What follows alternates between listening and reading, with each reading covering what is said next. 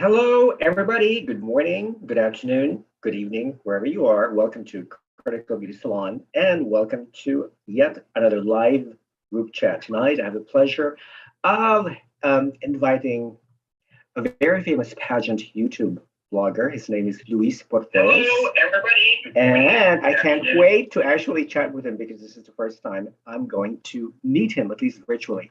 And also, I've invited Phanasa, my beloved, amazing Thai friend. She will be joining us as well tonight. So we're just waiting for my guests to arrive. So let's see. So I hope everybody's doing well. So if you have any questions, please feel free to comment in the chat box below. We have a lot of interesting pageant-related topics today. I'm going to start with the most obvious, which is the Ukrainian crisis, Russia's invasion of Ukraine and how that affects the pageant world. And then we're going to go segue to the reaction of Russian and Ukrainian beauty queens about the crisis, and then followed up by Miss Grand International's roadshow to Latin America, and of course, Nawat's reaction to the Russian-Ukrainian crisis, followed by Stephanie Del Valle's boycotting Miss World 2021 in Puerto Rico, March 16th, which is coming soon. And then followed by Miss France and its changes in its rules, because of course a feminist group started protesting about the misogynistic and unfair practices of Miss France. So we're going to talk about that. And we're going to top it off with a quick review of our favorites for Miss Universe Philippines 2022 pageant. So hopefully it's going to be a very exciting night. All right, so let's start admitting these lovely people. Right. Oh, Luis is right here. Hey.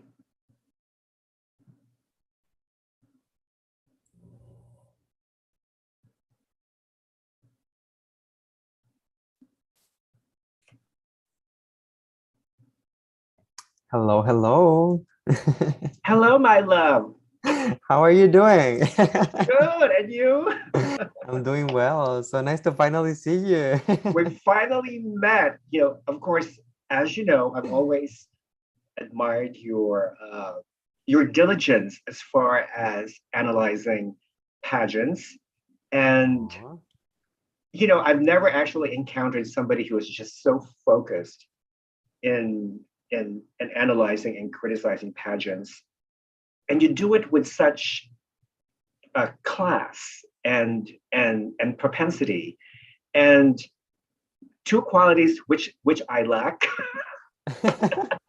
Pageant critic. So I'm actually learning a lot from your style. Even though I'm much older than you. I mean, you're old enough to be my nephew, probably my son. So I really admire that in young people. Somebody who's young and somebody who's so much full of passion. And I don't know, tell me, have you created any enemies at all? Well, first of all, thank you so much for the nice comment, Tito Rafa, as I always call you. Yeah, I it's love an it. honor. It's an honor coming from you. Honestly, I respect you a lot and your work and everything that you do on YouTube as well. And I feel like you're a wonderful, advisor when it comes to pageants and analyst. So that definitely means a lot. Thank you for that. And I mean, I'm fairly new to the pageant community. I don't know, maybe that's why some people feel like I don't do things like other vloggers. Because I have a different approach. I'm learning as I go in a lot of ways. And yes, I have made a few enemies here and there, but I feel like mostly I've made friends. I'm a very open-minded person. I'm very welcoming, and I try to always be, nice to people. So I believe that most of the people that I've met are friends. What got you interested in pageants to begin with? Well, that's a good question. I actually started looking into pageants because on my channel, I had like a reaction channel where I would I look at different things, mainly music, because I've always been like a pop culture fan. I love to comment. I love to analyze this type of things, and I had like a little following from the Philippines, and they would always tell me like, please check out Catriona Gray, check out Catriona Gray. And I was like, I didn't even know who she was, if I'm being honest. Really? So I just looked into her performance. I was amazed by it. And, I tried to critique to the best of my ability at that point, not in a pageant critique type of thing, but just like the overall performance and what was presented to me. And that video really took off. So people kept on asking from me that type of content. So I did like, yeah, then eventually the Miss Universe time came around. So I started looking into that as well. And slowly but surely, I got myself into those waters. But because I wanted to, I was so interested in it, and it became common like a passion, I guess. Yeah. I think there's one thing that I like about pageantry is that it's one of those very few unifying forces. Yeah. I mean, since being humans, I think we tend to focus a lot on the negative side of human nature. Yes. But then again, I mean, who wants to live the rest of their lives really being critical and being negative? Not me. I mean, if I really want to get paid for being critical and being negative, I would have done a full-time job out of it. I'm doing my vlog out of passion because it's a hobby. I'm not getting paid for it. If I really want to earn YouTube money, I probably would have done my channel in Filipino, and that I would probably attract a lot of Filipino pageant fans. But I don't want to do that because I want my channel to be conducted in English, because the majority, I have a lot of like followers from all over the world, and they don't speak a single word Filipino. So that's why, I prefer to do it in English. Before I continue, I want to check out some the comment section. Oh, okay. We have all these wonderful people from all over the world sending all their loves. David Mendoza, who is a regular fan. Hi, David, says hello, Rafa and Dark Knight. Hi, Rafa. David Mendoza. I also watch Luis. I love his channel. Yeah. Are you going to talk about MGI and their Stop the War advocacy? Yeah, hell yeah. That's part of the agenda. My dear friends from MGI. Exactly. Please more on the Miss World, of course. Miss Universe Philippines, yes. David says, hi, Luis, besos. Our good friend Lex, I think she's Canadian. She's been Instagramming me. And then she said, hello, Tito Rafa. Hello, hola, Luis. A fan from Indonesia. Hola.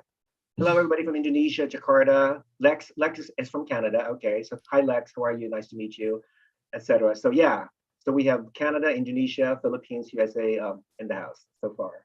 So yeah, we're still waiting for Ko. I don't know what happened to her, unless she forgot. Maybe she's still in the shower. I don't know.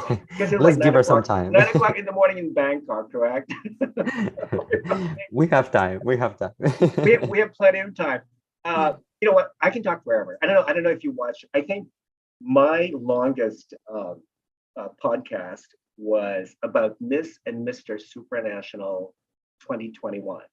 It stretched for nearly 6 hours, and it was me, Peter, Miss Supranational Australia, and also I believe it was Phil Pujana. So it was the four of us, right? Oh my God. Almost 6 hours. And here I'm trying, maybe I should do like a marathon and maybe try to make the Guinness Book of World Records for the longest YouTube podcast on pageants. Were you guys like following it up in real time, like watching and like discussing? Oh, yeah. That's so cool. Are you game? Do you want to do that? Let's do it. Let's do it.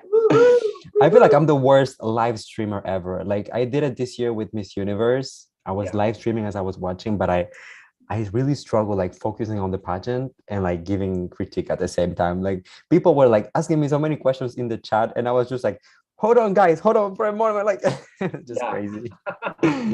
Oh, Lex says she lives in Calgary. Come visit Louis. You live in Montreal, correct? I would love that. Yes, I am in Montreal, Quebec, Montreal. I've been here for almost 12 years at this point. But I was born and raised in Cuba. Okay, all right. So do you speak French? Tu parles français? Oui, on n'a pas le choix de parler français ici au Canada. C'est obligatoire. Peut-être la prochaine fois, on peut peut-être faire une émission complètement en français, parce que je parle français.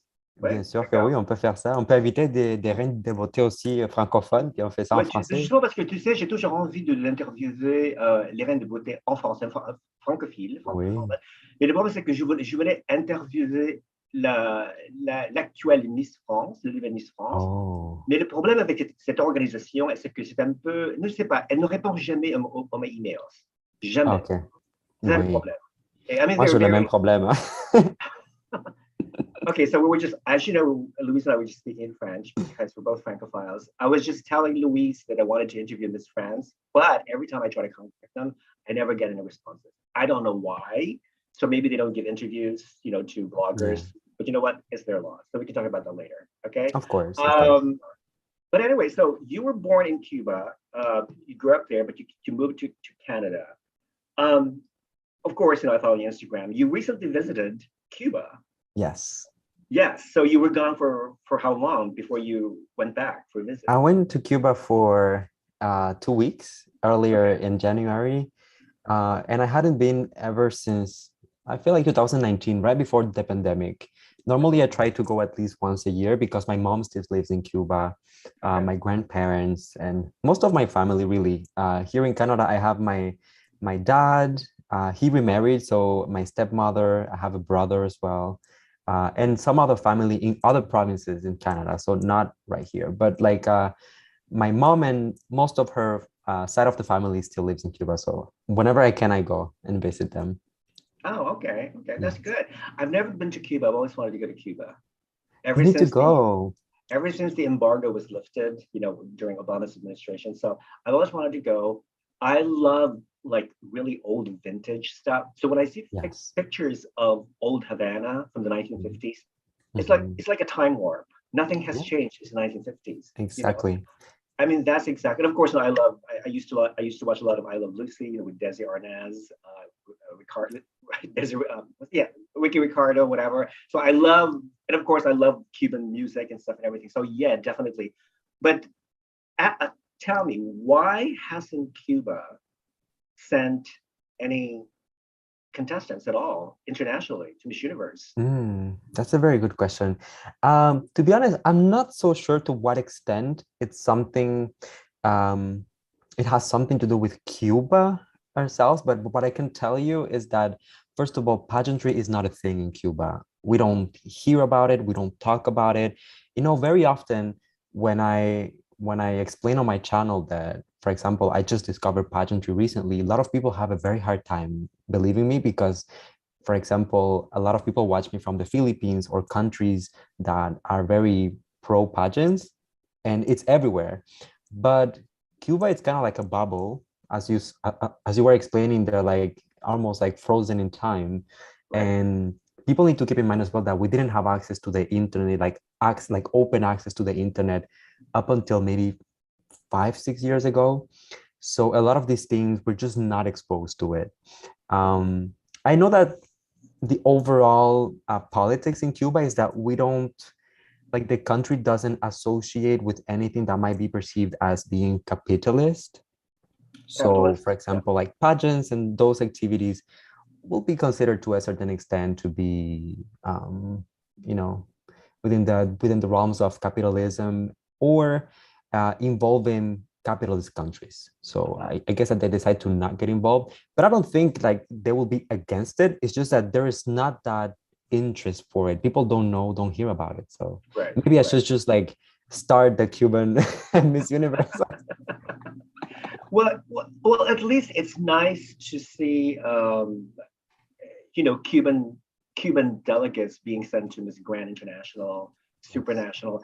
But these are actually girls that I think they were born in Cuba, but they left Cuba when they were young, and they grew up. Mhm.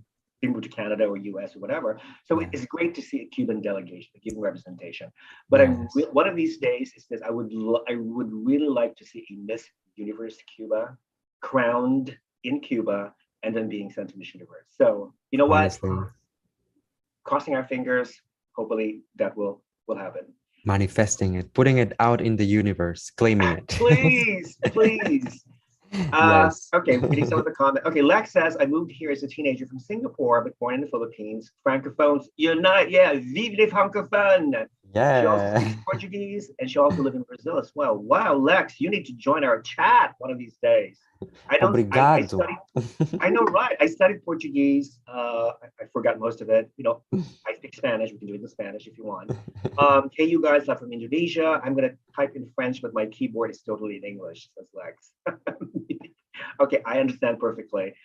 Good morning, y'all, from Kuala Lumpur, Malaysia. Malaysia is in the house. That's good. All right, so we're waiting for Ko. I don't know what happened to her. Um, let's start with the first topic. I've always wanted to discuss. You know, I'm not a political person, but when there's a political event of great magnitude that affects almost everybody in the entire world, then it becomes also my problem. It becomes everybody's problem. I think from the very moment we're born, we're all governed by politics. Yeah. Your government records the hospital where you were born. The government records your parents' name, your address, your phone number, social security, all that lovely, wonderful stuff. So from the moment we were born, government politics already, prevail over us. So that's something that's inevitable. Now, what's going on with Russia invading Ukraine? Obviously, that has shocked the entire world. So do you Yes. follow? Are you following the crisis closely? Because I Absolutely. follow it. Yeah, yeah. It's just so sad. But to those of you who are not familiar with the invasion, well, first of all, we would like to know what is the real reason why Russia invaded the Ukraine? Because I'm reading so many different sources, and I really don't know what's real and what's not. I read Putin's reasoning for invading Ukraine, but I'm also reading the Ukrainian side. Oh, by the way, do you like my banner? I love it. I'm all for it. Okay. I hope nobody reports me to YouTube because it's okay, right? There's a little play in words, so I It's think a you're little safe. play words, exactly. All right. So so this is the most popular theory. The reason why Putin invaded Ukraine is because he's always wanted to reunite the old Russian Empire because Yeah. Ukraine used to be part of Russia. And of course, Russia and Ukraine were all part of the old Soviet Union, which eventually collapsed during the early 1990s. So that's why you have all these different countries that became independent out of the old Soviet Union. So that's one of the reasons why he wanted to reunite Ukraine.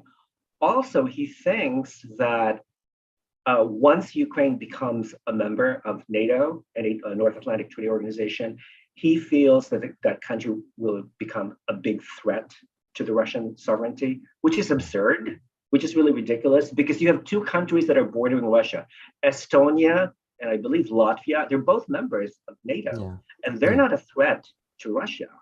So I don't understand this obsession, thinking that Ukraine is going to be a threat to Russia.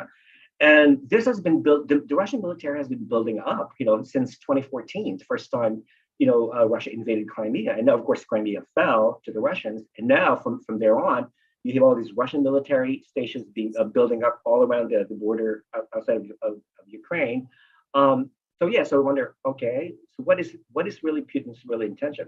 Now, do you agree with me? Do you think that's the reason why Putin invaded the Ukraine? Yeah. It's a very complex subject, but I do believe that there's some of that in there, coming from a communist country myself, and living up until I was 14 years, I grew up in Cuba.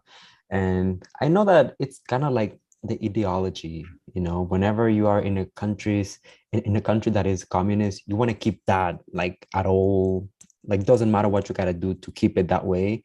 And I honestly feel like Russia never really recovered from when they had to like separate everything, and like maybe they always wanted to go back to that. So I feel like there's a little bit of that. Um, I feel like, as you mentioned, I don't know to what extent like Ukraine really represented a threat to Russia, as you were mentioning, because they are not the only factor that they needed to take into consideration when it comes to that. They share their borders with other countries that are already part of this organization, right? Mhm. Um, some people were talking about the access to nuclear weapons, like the history of Ukraine and everything that was within their territory as well. So I don't know. I feel like it's also a way for Russia to get closer to Europe. So you never know. There are so many different I don't want to call it like conspiracy theories, but everyone has a different theory and everyone sees like a different possibility why Russia might have these intentions and why they might want to occupy this territory. I feel like the only one who knows for sure is like Putin and like their close people. But this is very alarming. I'm not an extremely political person. I so people tell me whenever I speak, like I plug Cuba like all the time, but it's true. Like I grew up in a country which is extremely politics. You have it for breakfast, lunch, and dinner. And for some reason, I just really detach myself from that. So I don't get too political, but whenever I see people suffering, whenever I see innocent lives, being lost and being put at risk because of political intentions, that's something that really doesn't sit well with me. And people sometimes they tell me, oh, Russia has their reasons, or the Ukraine this and that. I don't care. I'm thinking about the people. Politicians, they're just like giving orders and like making plans and whatever, but the ones suffering the consequences are the ones who live in the country. So all right, it's funny you mentioned that, because it seems like as if you're trying to play neutral, because I think it's okay. Well, actually, you know what, Switzerland, which is supposed to be a very neutral country, actually is siding with the Ukraine. And when I read that, I was like so shocked. Oh my God. I mean, for centuries, Switzerland has been a very neutral country, and now it's taking sides with Ukraine. So I think, I think they understand the situation better than anybody else in Europe. So that's why they think Russia is very dangerous. So so that's one thing. I also think, personally, I blame the past US presidents, Bill Clinton.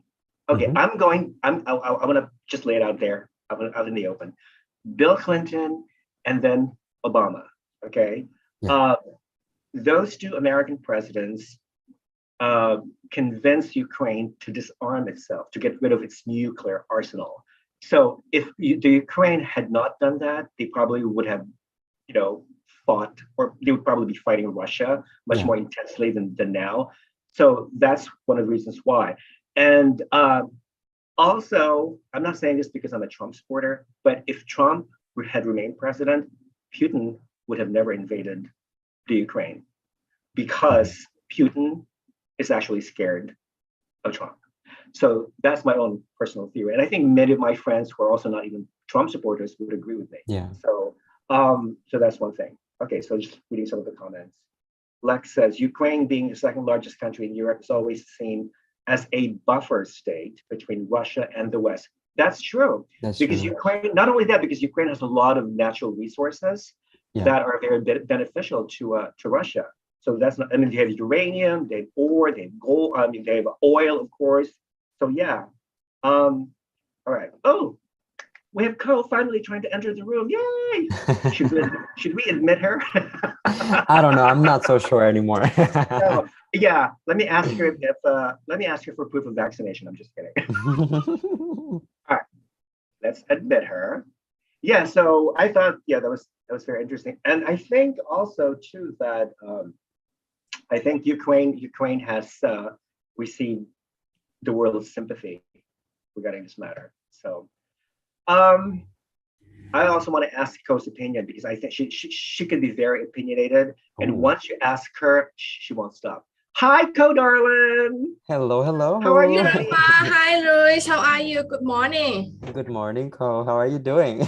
You guys know? Thank you. Very excited, Rafa. You guys know each other already, right? You met? Just the first time, but actually, I'm his fans. I subscribe for his channel, and many of my fans also his fan as well. So a lot of people are just excited for our co-host today. Thank you, Rafa, for inviting me and Luis to the program. Yeah. Thank you so You're much. welcome. Did you just get out of the shower? Pardon? Yes, I did. So I have a couple pair of bread with Nutella. So I show a little bit late because I would like myself to be ready. Okay. Yeah. So have you had breakfast already? Because it's at 9:25 in the morning in Bangkok, I believe. Yeah. Yep. That's right. That's correct. Okay. So early. That's real commitment. Oh, I know, right? I was going to invite Summer Smith from Crown Sisters, but she lives in London, and I think it's 2:30 in the morning in London right now. It's like five hours ahead of time. So she said, "I'm so sorry, Teacher Rafa, I can't make it, Bobo. You know, it's fine, no problem. You know, we'll do it some other time. You know, when everybody's available." So I'm glad Ko made it. So anyway, just before you came in, Ko, I was just asking Luis what he thinks of the Russian invasion of Ukraine, and can you say what is your opinion? Tell us in one sentence. I'm just kidding. That's a pageant question. Yeah, it's a pageant question. You have 30 seconds to respond. Otherwise, you'll hear ding. What do the Thai people think about the Russian invasion of Ukraine? Okay, right. So you mean for general public or? Yes, okay. The general public. Okay, so in general public, you know, it's quite strange because in the media and in general public, we hardly talk about this issue.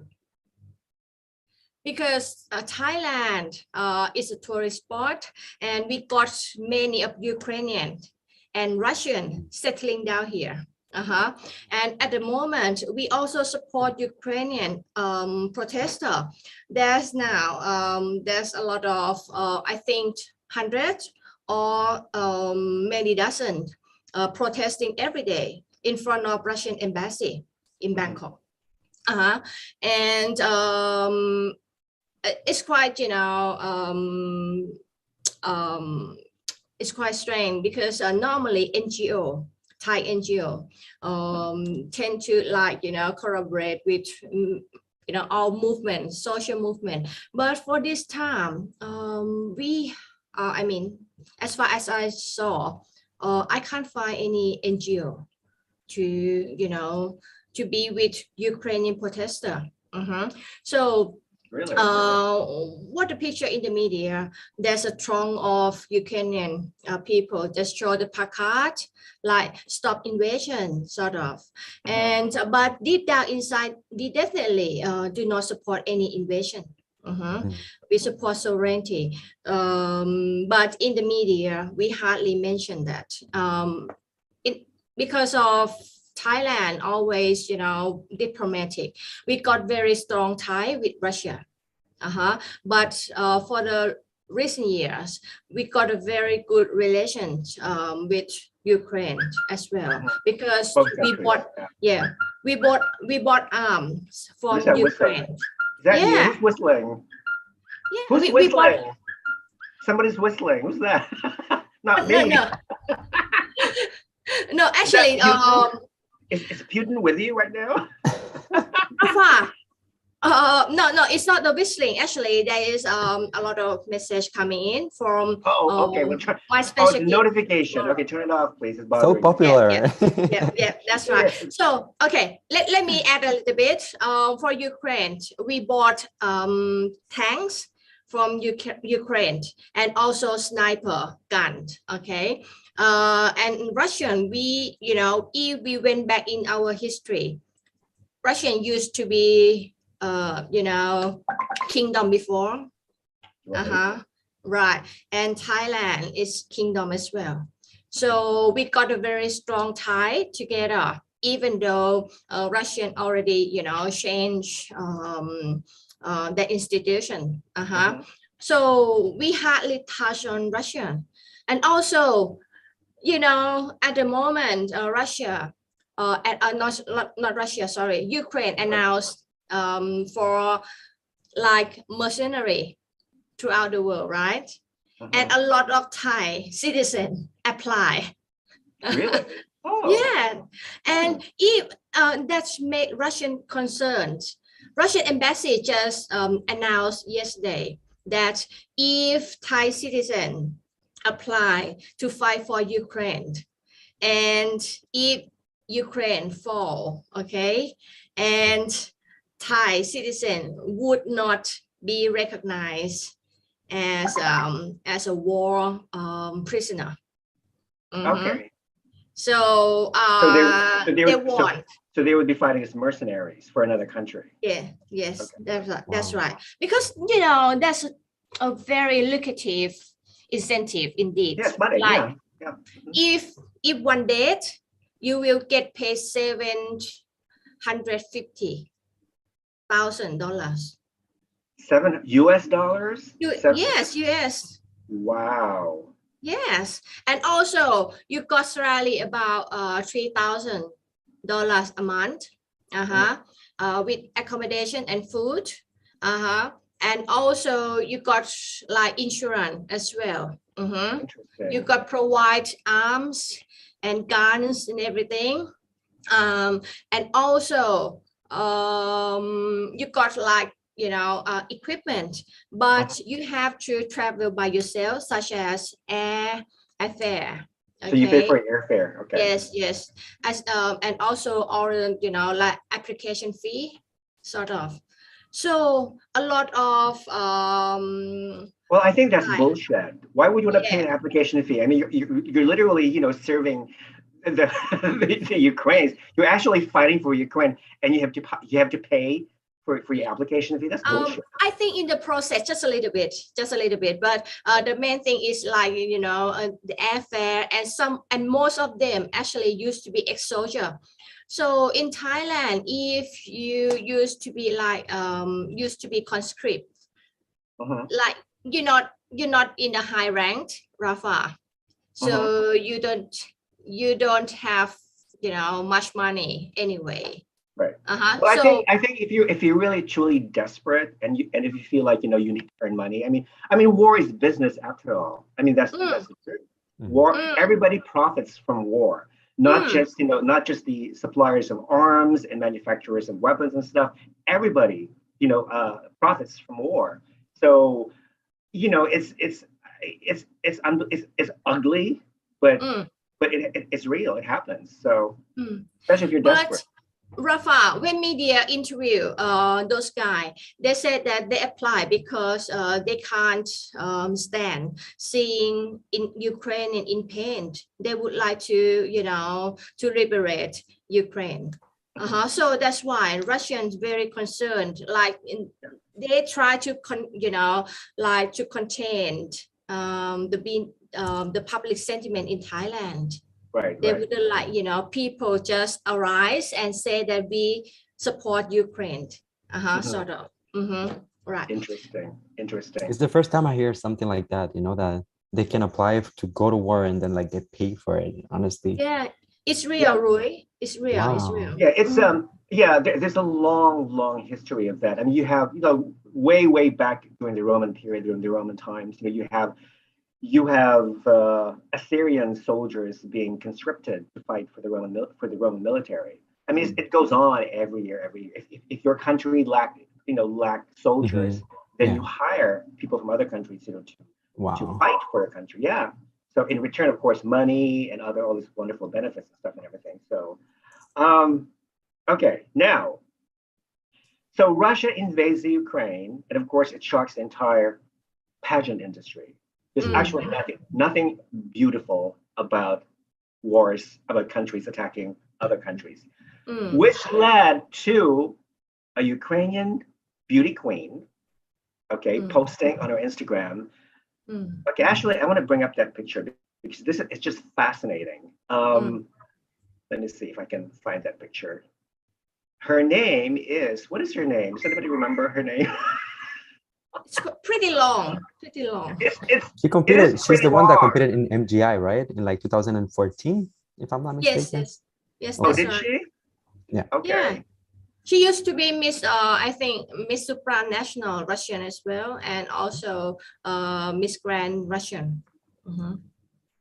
Really? To join the army at the moment From not okay. Russia. Sorry, Ukraine. Sorry. That's what I was wondering. I was like, is she fighting for Russia or Ukraine? No, Ukraine. Sorry, Luis. You're right. You're right. Okay, do you see it? Do you see a picture right now? Yes. That's her. Yes, this lady. Anastasiia Lenna. She was Miss Grand Ukraine 2015. Okay, so she posted this. Okay. Now, this is just a photo shoot or is this for real? When I did some research, I found out that this is just a photo shoot. That gun is fake. It's not a real gun. And she's just posing for a picture. And she also said that she actually did not sign up to fight for her country. This is basically a photo shoot that she had to inspire her fellow Ukrainian citizens to pick up arms and to fight for their country. That's what I read from the Daily Mail, which is a British newspaper. So yeah, so this whole idea, this whole story of her actually fighting for her country physically is fake news. It's fake news, but nevertheless, her intentions are noble, and I think she's inspired her fellow Ukrainian citizens to actually take up arms and to fight for their beloved country. So yeah. All right, people. That's the story. All right. That changes a little bit the story. Rafa, I just a little bit disappointed. I think, Really? it's never been kind of inspiration for me. I mean, it sort of failed me.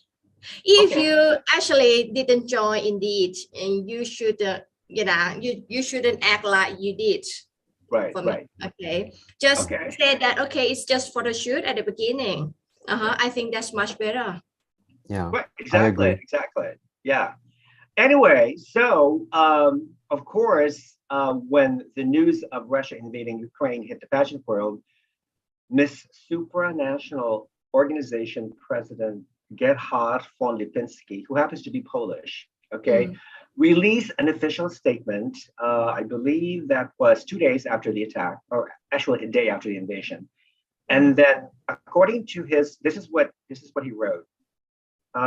He said, Ukraine has been a very special part of the Supra family since the beginning of our competition in 2009, when Oksana Moria won the first title in Poland.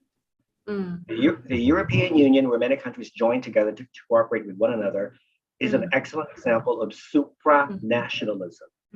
Of course, if you know the word supra means across, across all countries, so Miss Supranational across every nation. Today, we are joining the European Union, countries around the world, sports federations, cultural events, etc., who choose to stand up for freedom and unity. We will not accept a contestant from Russia, as we cannot condone the actions of the Kremlin. Hashtag Miss Supranational stands with Ukraine. Gerhard Barsutka von Lipinski, Supranational Organization President and CEO. Hashtag we stand with Ukraine. Okay, so the first time I read this official statement, I said to myself, well, this sucks.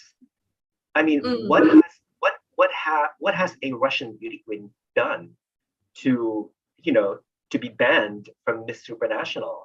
I mean, I just don't think it's fair. So what about Belarus? Belarus and Russia are allies against Ukraine. Are you also banning Belarus? What about China? China has a long record of human rights violations. Are you banning China as well? So it just doesn't make any sense. So I want your opinion. Let's start with Luis. What do you think?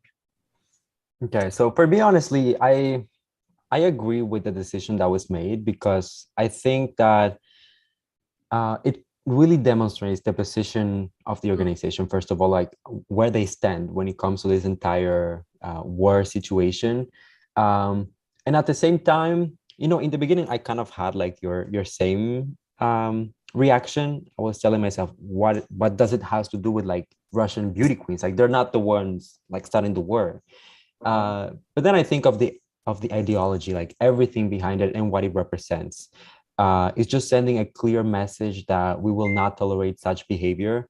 and that we will not glorify it afterwards, like on a pageant, to kind of like highlight the beauty of Russia, when in reality there's so much going on that deserves more attention than that. And I also thought to myself, I don't think like it's disrespectful to Russian beauty queens, because we're not saying that we don't want them or that we don't love them or that we don't appreciate them. It's just that in the political context where we are, they have to take into consideration, what's happening, because the war is in Ukraine, but there are major concerns when it comes to this to other countries, and the way that the world, the economy, and even other countries might be involved and dragged into this war if this escalates. I feel like it's just kind of like sending a very strong message. And to be honest, I also think to myself, if I was a Russian beauty queen myself, I would probably not participate in solidarity with the people of Ukraine, because that's also sending a message. I don't think that pageants need to get involved to the point where, like, for example, like beauty queens need to go to work. That's not what we need. But beauty queens are here to spread a message and to a certain extent sometimes be role models and give us inspiration. And I feel like this is how they should do it, by spreading concepts, by spreading awareness, by talking about these issues, and sometimes by removing themselves from a specific situation, even though in this case they were removed. It was not something that they decided by themselves. Exactly. Ka, what do you think? Do you agree with Luis? For me, I tend to very supportive of cancel culture. Rafa. What? Shame on you. No, I mean, okay, listen to me. What point? Because nowadays, I think there's some canny people, all right, see some loophole in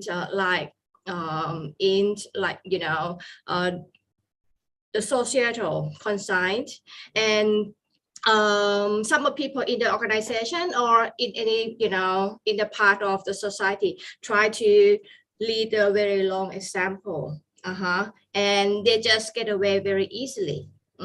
So that's why I think people in the society as a whole sometimes need to be collective together, and join force and show the stand to let those kind of people to recalibrate their behavior.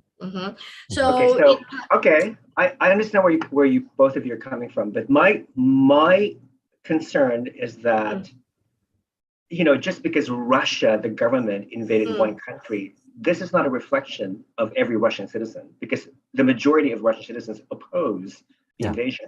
So why not allow Miss Russia to compete and let her be the ambassador of peace and goodwill for her people, the majority of which are opposed to the war. So this seems to be like, okay, I'm thinking of Israel. Some countries, of course, especially in the West, condemn Israel supposedly for occupying Palestinian territories. Yet they allow Israel to commit Miss Universe, even with Lebanon, which is Israel's mortal enemies. But of course, Miss Universe tends to be very careful. They make sure that both of these countries do not share the same selfie together, picture frame together, put together. They're always are separated. Why can't we do the same thing with Miss Russia and Miss Ukraine? You know what I mean? So understand. There has to be a compromise. But why punish a Russian beauty queen just because her horrible government decided to attack the Ukraine? That's all. Okay. Let me show my point. Okay, Rafa. Okay, Rafa. If you go deep down in Russia, system, do you think that anyone could, speak ill against Putin and live in Russia peacefully? No, they'll be arrested right away. Yeah. That's dangerous. So I don't think, in my point, I think it doesn't change anything much, or to cancel any miss from Russia, because it's very hard for them as well to speak on behalf of many kind Russians, because that would put them in jeopardy.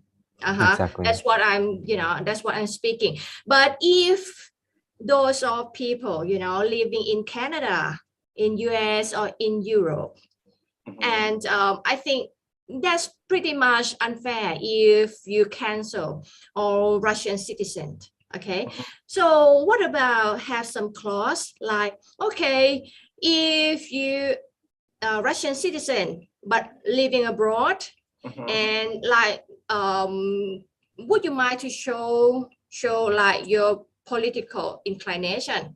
Okay, if that's against the societal conscience, so the organization can cancel them. What about this? I think this would be like conciliatory measure, okay? Because I don't see any chance that anyone living in Russia and represent Russia and going to speak, adversely against Russia and Putin. Yeah, exactly. I do agree with that. And I would like to add that, at the same time, I'm very aware that, for example, like the government doesn't necessarily represent the opinion of the ensemble of the population. Actually, we have seen even protests in Russia, people who don't want the war, they're against it. But, we always talk about this in pageantry, and it's that sometimes like beauty queens are seen almost as ambassadors of their countries, right? So when you're sending them to an international pageant, they are not only just representing the people, but also the nation, the country, and everything that they stand behind, right? And I feel like even for the beauty queens themselves, it will be a difficult position to be in, especially knowing, as Ko was saying, that the government has a certain expectation that perhaps doesn't really match the one that the general public has of them. So I feel like even for the girls, it will be putting them in a situation where, for example, unless you have like a very clear point of view, like Oksana does, for example, like she's pro like government and pro war and all of that, but then she wouldn't have like the support of the general public and the people that she's supposed to be representing. So I feel like this is, for me, I don't see it as being cancel culture, to be honest. I feel like it's more of a an ideological message. It's all about ideology and understanding that until things settle down, until there's no people fighting and dying on a daily basis, we will not like allow you in. Not because we don't want you individually, but we don't want the message, the ideological message that comes with what you represent right now in this particular moment, right? Yep. Okay. All right. Okay, that sounds fair. Okay, let me just read some of the comments in the comment section. Ooh, okay. Let me see. Lex says Natalie Glebova lives in Thailand and she's Canadian of Russian descent. I haven't seen her make any public statement, but I've seen her liking some pro-Ukraine posts. Didn't she just interview Oksana? Yeah, she interviewed Oksana, not too long ago. And that was a good interview. And yeah, so I think if you imagine yourself being Natalie Glebova, former Miss Universe of Russian descent, I mean, you can't express any you can't take sides. You cannot take sides because you're Miss Universe. You're supposed to be neutral. You're supposed to be Miss Switzerland. If you're Miss Universe, you have to be Miss Switzerland. You always have to be neutral all the time. So yeah, she's in a very rough spot. Okay, so some of these comments have been deleted, so I don't know why. Okay, so Lex does not agree with Ko saying that she believes in cancel culture. So you sound like Miss South Africa. Cancel culture. So I support cancel culture. Come on, like South Africa. But Rafa, she also says, Rafa, something in me made me very frustrated about all the myths who actually adore kind of empowering statement. I think for me, it's time to show your stand. It's never right to invade anyone, okay, for me. So I don't think it's any wrong if you say that, okay, you should stay at home, okay, and just revoke all the force and settling down on the table. I don't think that would affect Miss Universe influence anyway. I think it's actually amplified. Like, the advocacy would have been instilled for a very long time. But what I found, even some organization would have a motto like "Stop the war and violence." Oh yeah, we're gonna touch just that. so silent. We're gonna talk about that too. Yeah, some people are asking, what do you think of Nawat's opinion about the Russian invasion of the Ukraine? Okay, well, since Miss Grand International's slogan rather, is "Stop the War and Violence," Nawat actually posted something curt, something short and sweet on his personal Instagram. Something stop the war and violence. That's it. That's all he did. I don't see the current Miss Grand International saying something about the war. What has she done? Has she done anything at all? Photo shoots. Photo shoots, yeah. Photo shoot. Done anything at all. So photo shoot, and also try to propagate about the earning that the latest winner made.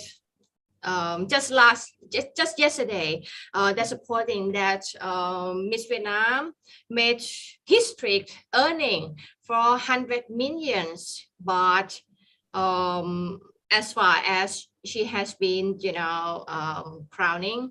So I tend not to believe, okay, sure. for me, okay. I think that it's just propaganda. It's not that's real. So I don't give them any much credibility, okay, for this organization, honestly. Right. I really think this Grand International has a nice, amazing concept. I mean, I always love their productions every year. I think it has improved tremendously. But as far as the slogan goes, I don't think any intelligent pageant fan actually believes in the slogan. I mean, I don't.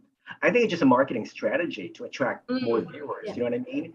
I mean, when I compare, that slogan to, let's say, Miss Earth's Beauties with a Cause, Miss Earth's platform is far more realistic. You can do so much about environmental issues, but with stopping the war, I mean, what are the chances of Miss Grand International being sent to the Ukraine to negotiate with the Russians? Can you imagine her actually, posing in her bikini and stiletto heels? Stop the war! Stop the war! that would be hilarious. And then you see this Russian tank, crushing over her and stuff and everything. Sorry. Actually, there's several Miss Grand Provincial, winner made a call, but not like the national one, like Nam, Indie, or sort of someone that's very well known in the public. Okay, it's just like the medium and small person, like Miss Grand Samut Sakhon, sort of. They made a noise. And they're really concerned, okay? They've got a good heart because I knew them. But what disappointed me, and I found this, the organization pretty much hypothetical. Like the head organization or like the executive of the organization just kept silent. And I understand why they kept silent, because it's Thailand, and Thailand always, stay neutral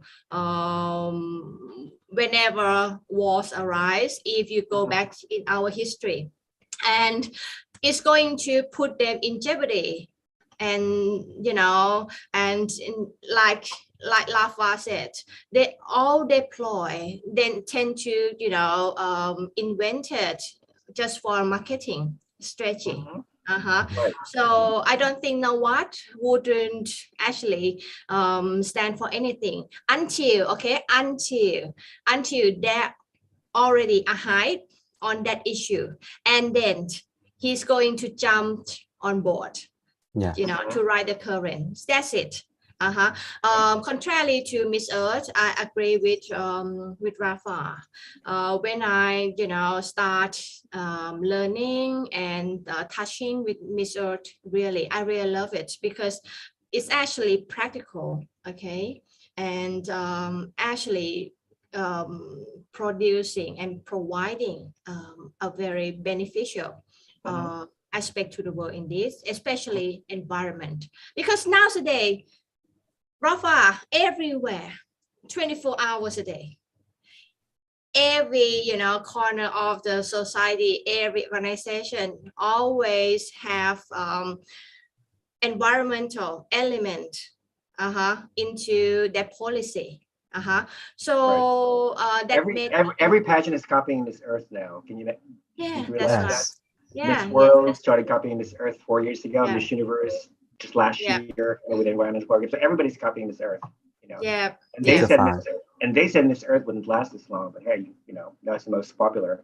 Here they are. Yeah. But I'm gonna say about MGI and this entire situation, and before I even jump into it, I'm just gonna kind of like clear the air, because I have this reputation of not bashing MGI or something like that, because I'm very vocal about things that I don't agree with when it comes to MGI. I made a few videos about it. I saw that video, Luis. I saw that. You were really, really mad. I was so upset.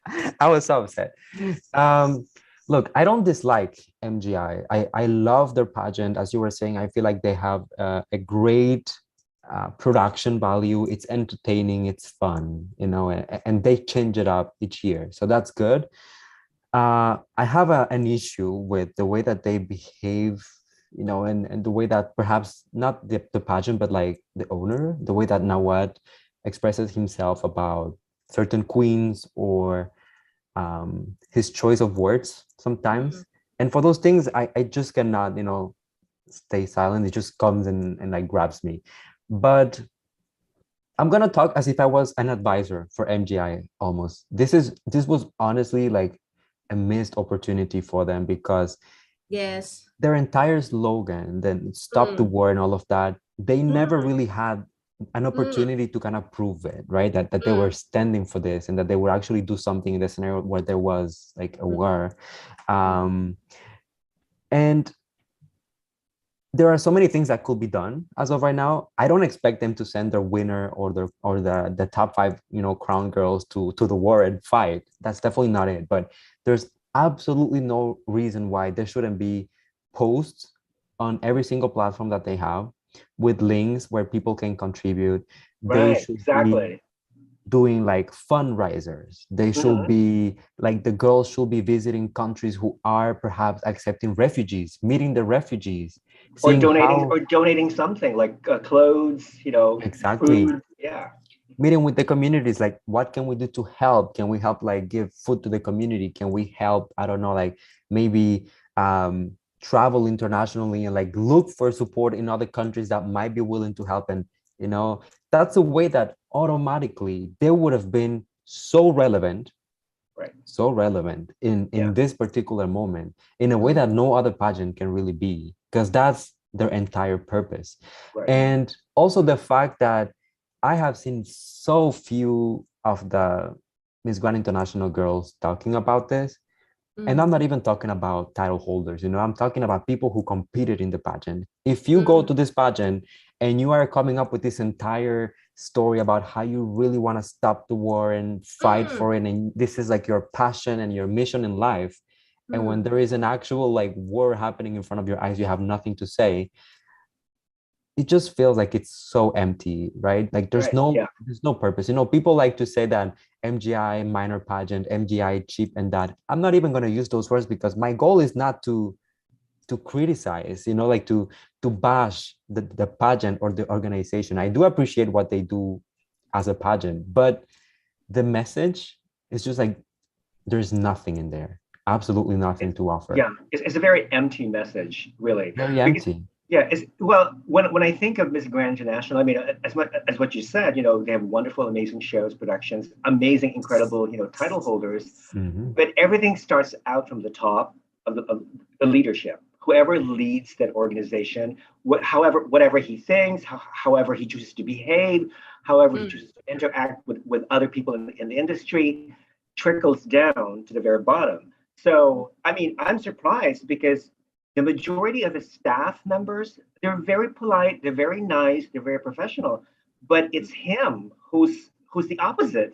He's doing exactly the opposite of what his nice staff, is doing. So to me, that's a puzzlement. So that's why nobody's taking the slogan, stop the war on violence very seriously, because he himself is problematic. This is an interesting comment from Lex. MGI totally missed his opportunity. They could have finally justified why they chose that slogan, and they could have challenged their former queens to step up and even do a fundraising for war refugees. Yeah, totally agree.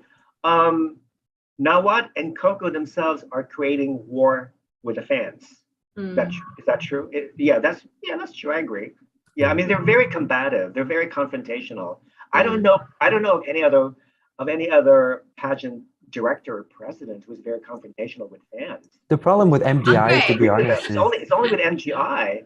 I mean, look at when I think of like Miss Universe, Paul Sugar, or even Julia Morley of Miss World, they probably receive all this hate mail constantly, but they just ignore them because they know these comments are not going to be very helpful to their organization. So why even bother acknowledging these hateful comments? What about Andre? It's only Nawat because he's so. What about Andre? What about Andre? Andre is a piece of something, whatever. But he's another problem because he's sort of like Gerhardt's bitch. He speaks for Gerhardt. Gerhardt does not have the balls to tell off the pageant fest, so that's why he uses basically Andre to be his spokesperson, to be his bitch, basically. Yeah. So yeah, both of Supra and Miss Grand. Yeah.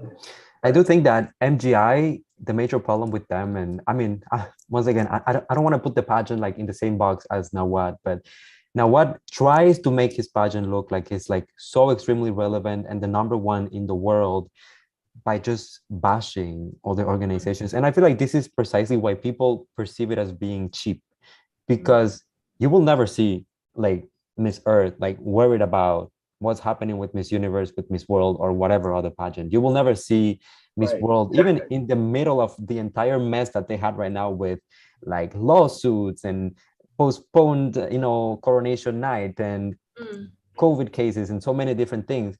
They will never be worried about, they're doing their thing. And I feel like if MGI just focused on doing their thing and be relevant when they have the opportunity to do so, when they have the opportunity to do so and really prove themselves and their worth, people will take them seriously. You wouldn't even have to claim that I'm one of the top 4 pageants in the world. People will say it because they saw that when it mattered, you were there and you were doing the things that needed to be done and saying the things that needed to be said. But it's silence, crickets, completely. Like they put a photo on their Instagram, and right after that, they were like posting like 3, 4, 5 photos of like the crown girl like photo shoots. And it's like, okay, that was it. That was like how you stop the war. Yeah. And once again, no one expects you to send the winner to whatever country or whatever dangerous area. We just want you to speak, to bring awareness, to use your platform. Why did you want all of those million followers? You said that the winner wouldn't go back to her home country. Like she wouldn't have her homecoming moment until you hit like this amount of million of followers. Right. Yeah. What are you doing with it? Yeah, it's all about numbers. And I think marketing. I mean, if there's one good thing that's great about Nawat and MGI is they have an amazing marketing department. That's it. Public relations department. I have to say it's they're on the top of everything they do in that area. But other than that, I kind of like feel very sorry for Nawat because he's very, very sensitive. He takes every little petty comment so seriously. And it almost makes me wonder if he is, this is not to downplay, mental health, but I think we all suffer, every human on earth suffers some type of mental illness to a certain degree. But I think his case, he's like paranoid. He's like delusional almost, you know, and it's just so sad. It's just so sad to see him behave like this. And he takes everything so, so seriously. Lighten up, dude. You know, it's just a pageant, you know. For me, So, it's childish. It's you childish. think, yeah, right, It's exactly. so childish.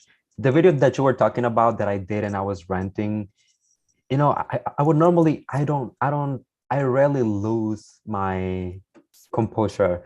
Like it just doesn't happen. But, you know, prior to MGI, I was actually looking forward to it. I covered MGI this year on my channel. I interviewed some of the MGI girls for my channel as well. And I even got close to some of them. And because you get to see like the passion and the drive and how hard these girls are working and everything that they're doing, going above and beyond for this. And then after the pageant ended, I just felt like the way that they were treated, I just felt so bad for the girls. It wasn't even about not winning the crown or not making it into the top, whatever, because it's a pageant, it happens. But to be treated in a certain way or be, you know, they make you feel like you're less than or that you don't deserve or like you're not that important. You know, even like one of the top 5 girls like was sent back home, South Africa, like Miss South Africa. Yeah. And like, you know, then she found out that the other ones were like over there in Thailand, like doing their activities. And she was like, but I'm within the top 5. Like, why didn't I get it? And the others did. Right. Yeah. And that's just an example of the many, many. It was very insensitive. It was totally insensitive. Totally Exactly. insensitive. Exactly. That's like my main issue with. And once again, it's not with the pageant. I have nothing against MGI as a pageant. I have a problem with the way that Nawat handles himself. He doesn't know how to control himself and be, at least show some grace, some gratitude to the girls that put so much, that really make his pageant shine. That added a lot of, that added a lot of more followers to his pageant. A lot. Exactly. Yeah, when I think of, let's say, you know, Miss Grand Philippines, Samantha Panlilio, I think basically every pageant fan had her on the list, top 15, top 20. And then when she was excluded from the list, of course, I was shocked because, you know, she was invited to the initial dinner with 6 other girls, I think, with Teresa, the vice president. So everybody, especially the Filipino fans, they were hoping, there's a lot of hope that she might eventually win the first Miss Grand International Pageant for the Philippines. But then again, you know, we know the rest of the story. She didn't make it. A lot of people were shocked. And some Filipino fans were thinking, well, maybe this is another ploy of Nawat just using a Filipino beauty queen to add more numbers or more viewership, you know, to his show. In a way, I'm beginning to think like that because he likes to lead people astray, so to speak. I mean, okay, Samantha, you know, like 2 years ago, I remember him saying, he posted on his Instagram, oh, Philippines is going to win next year.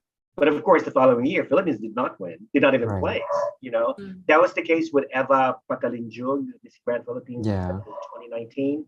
You know, she was led on to believe that she would make the top 10 at least, but she did not. She was totally excluded. It's the same thing with Samantha Panlilio. So yeah, there's a psychological game going on, and what he likes to play all the psychological head games. With Samantha, you know, what a lot of people sometimes tend to forget is that Samantha was actually her first international pageant. She joined Binibining Pilipinas, and that was like her first ever pageant that she did. She got the crown for MGI, and then she prepared for the international pageant. And I happened to interview Samantha when she was preparing for Binibining Pilipinas. She was actually my second ever interview that I did for my channel. So I kind of got to see like the evolution. And if I'm being fully transparent with you guys, I mean, on my channel, like I cover a lot of like the Filipino-based pageants, and there was a division, like people were divided over Samantha, whether or not she could make it. So I don't feel like there was a crazy expectation for Samantha to bring the crown back home. Of course, she was gonna try her best, but she was aware that it was, you know, fierce competition, and that there's also this rumor of a bias when it comes to Nawat. But what was really like the breaking point is really the comments that came afterward. Okay, she didn't make it into the top. Fine. Okay, we get it. MGI has a history of like using the Philippines for this and that. But then when it comes to the comments of Nawat saying like, you didn't send the beauty that I wanted. You didn't send a Yeah. candidate worthy or like whatever. That's so disrespectful. Not only because once again, remember, beauty queens are ambassadors of their countries. You're not just insulting this one girl, which already that's unacceptable, but you're insulting an entire country and people who saw the potential in this woman to send it to your pageant, who prepared her to go to your pageant and compete. And this is how you are going to address yourself to this woman. That's like already right there, like he lost my respect completely. And after that, like some like of his beauty queens were coming from me on like Instagram or like Facebook and other things. And you know, I didn't want to get into that because I'm not for the drama. This is not my brand. This is not what I do. I'm not a drama channel. And I just told, you know, like I'll answer to you publicly when MGI stops a war. Guess what? I'm still waiting. Luis, I have a question for you. Yes. Nawat calls you. Hi, this is Nawat. You're Luis. I love your channel. I want to invite you to judge Miss Grand International next year. I will pay for all accommodations, airfare, food, and you get to travel with the top 5. Would you like to do it for me, please? Kiss my.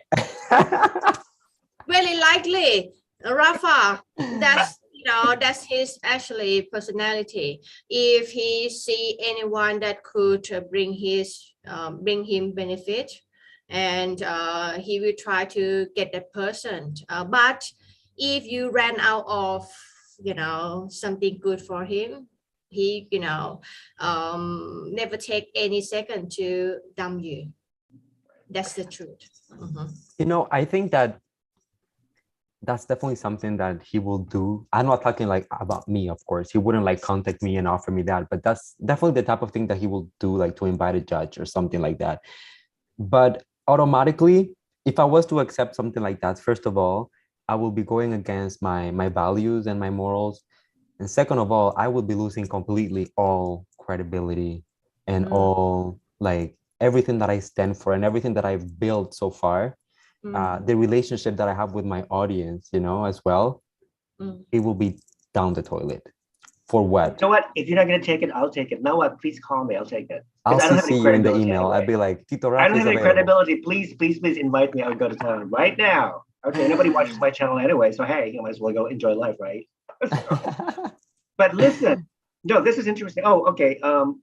This is another point that Lex made. Since MGI is so concerned about stopping the war and violence, one thing they could do is actually start fundraising through their social media. Maybe a YouTube channel that encourages the fans to donate something, to the Ukrainians and stuff and everything. So as we speak, 1.5 Ukrainian refugees have fled the country, crossed the border to Poland. So that's what I've read so far. There are so many things that they could be doing right now. I mean, like I can think of hundreds of things right now, and we don't even expect them to do all of it. We just want them to do something, like do something. Yeah, like, prove that what you stand for, what you've been preaching for years at this point, for 10 years, is actually, it means something. Because I'm not seeing it, and other people are not seeing it. All I'm seeing is rants about, I am relevant, I am number one, my queen did this, we're getting all these numbers.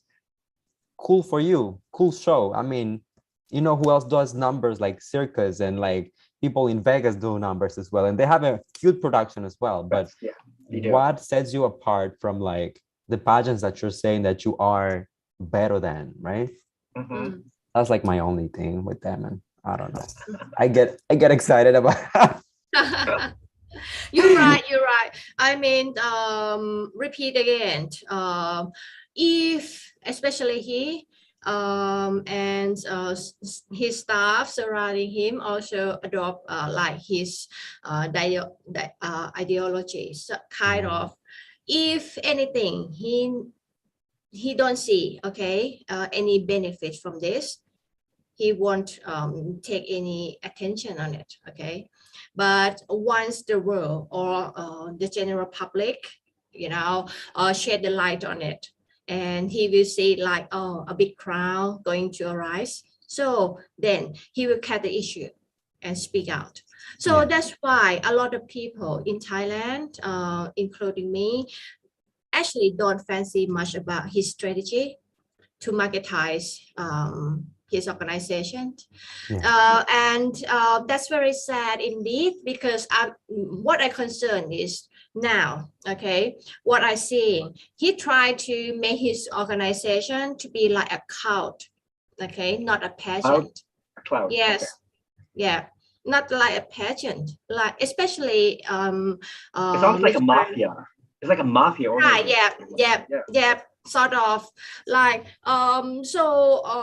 you're right, Luis. Miss Grand contestant are very nice, okay, mostly, but Yeah. because they would like to win and would like to get his attention, Yeah. so they're ready to change themselves to be aligned with what he liking. So that's very sad.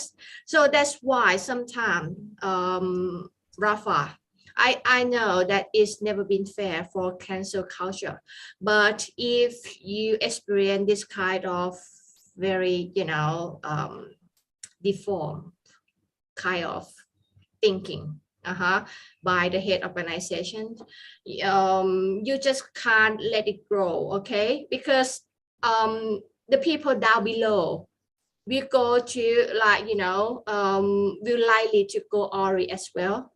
Mm-hmm. Otherwise, they never win. You know what I mean? And once they win, they never win themselves. Okay, so that's what the point. So what the point? That's why I very strongly support cancel culture for some for some part of the world. Okay. Huh. Exactly. Okay. Well, I don't know about that, because I think it depends on the situation. Because living in America, to me personally, is still the best country in the world as far as being able to be free and doing everything you can. It's still the land of opportunity. That's why a lot of immigrants come to this country, because of opportunities and of course freedom.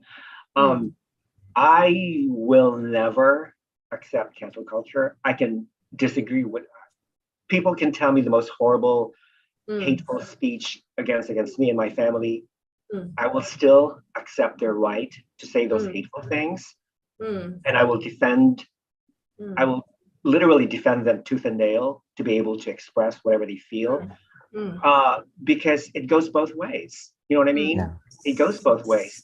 Rather than canceling culture, rather than canceling speech, why don't we promote more speech? That's what we need. We need more speech. The more we talk, the more there's plenty of space for conversation and dialogue.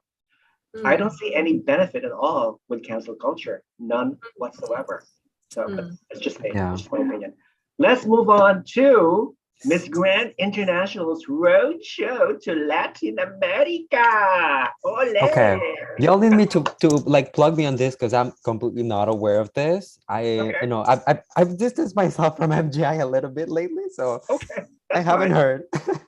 That's fine. Co knows something about the road show to Latin America. Just to let everybody know, they're going to Peru starting March 9th to the 14th. After Peru, Colombia from March 14th to the 18th. After Colombia, Ecuador from March 18th to 23rd.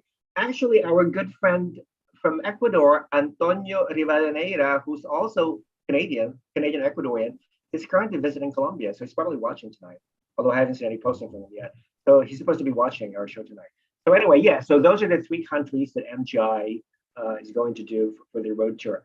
I have my own theory. My theory is that, of course, to promote the pageant to Latin America and to expand its market and influence and clout, whatever you want to call it, to that particular region. So that's why we've seen a handful of Latinas being crowned as MGI strictly for that purpose. Not only Asia, but also, of course, Latin America. I mean, there's no market in Europe yet. There's no market in Africa, obviously. So therefore, he's focusing on those 2 continents, Asia and now Latin America. That's my opinion. Co, do you know something that we don't know? Honestly, no, because I became lethargic, okay, towards MGI. Lethargic? Okay. Yeah, toward MGI. So I, rarely catch my attention to them. Okay, because as far as I, telling you, I'm against, some kind of counting. Okay, in cultivation, especially Rafa. I couldn't believe my eyes in Thai media, especially in the MGI page, that any promising Miss Grand Provincial would like to get higher spot in Miss Grand Thailand 2020 that's going to compete next month, or like, to get his attention. They try to buy his Indonesian tour, which cost them about $4,000, and Wait, they wait, just wait, wait. So Nawat and MGI, the current queen, they're going to visit Indonesia because the yeah pageant is going this year's pageant is going to be in Indonesia in October, correct? So yeah are you telling me that some he sold the contestants tour. and he's okay, so he's selling the tour, like he's Yes, selling a tour package yes, the tour to the tickets. Yes, Miss Grand Thailand contestants. yes, Oh. yes. So they try to, make money out of everything. So I think he Wow. just used pageantry as a pretext. Right. Okay, so that's why I stay away from them. Okay, I don't support them. Okay, honestly. And also, what made me, alarm now, it's like whoever want to get his attention, whoever to be seen, you got to pay. Because, I donate money according to what Miss Nawat advocate or say in the public, like 10,000 baht if you got if you came from a smaller team. Okay, but if the contestant rich or have like an influential backer, they tend to buy the ticket tour, which costs about $4,000, and Wow. they just post slip. Okay, money slip. Wait, $4,000, does that include hotel accommodations? Yes.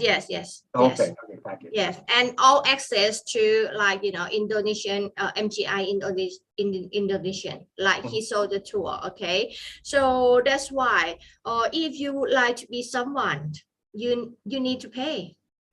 Okay, if you want to be recognizable afterwards, right? Yeah, that's right. I totally against.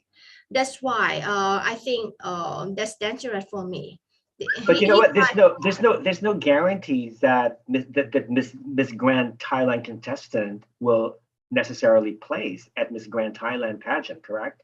Just because she decided to buy a ticket or a package tour to Indonesia, there's no guarantee. I mean, in public understanding, there's no guarantee. Okay, Yeah. but for me, I think you just can't disregard someone who kind to you. You understand? In some way. Okay, so that's why I'm very concerned that he tried to make his organization like to be a cult, not a family. But he said that it's a grand family, but what he made and what he construct, the way he construct is like very, very business way. And I wouldn't be surprised if he's actually prostituting some of his girls. I wouldn't be surprised because he behaves like he's a mafia person. So I wouldn't be surprised at all if he's actually telling his girls to sell their bodies to old rich ugly businessman or whatever, just for more money, I guess, or even drugs. Who knows what's going on, but he's like really, really very, very shady. You know what? It's funny. 2 years ago, I never really posted this video. I did an imitation of Nawat when he was in Venezuela. Do you remember that scene where he was leaning against a column, in Venezuela hotel, and he was bitching and complaining about misology, publishing a fake news about him with smoke burning in the background. And I copied that act.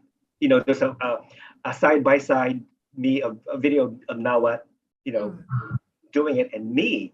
And I looked at that video. Oh my God, I look exactly like Nawat, with makeup and everything. So I was debating with Peter. Peter, should I post this? What do you think? Maybe I should. If I find that video, maybe I should. And also, Rafa, he already, announced that all top 5 of Miss Grand Thailand this year is going to be able to travel to Indonesia. Okay. Here's an interesting comment from ABL. ABL says, the reason why this roadshow to South America, is because he's trying to get broadcast rights for the 3 countries since Venezuela backed out in 2020 and 2021. Even Venezuelan TV partner of 2019 pageant, Televen, did not air the 2020 and 2021.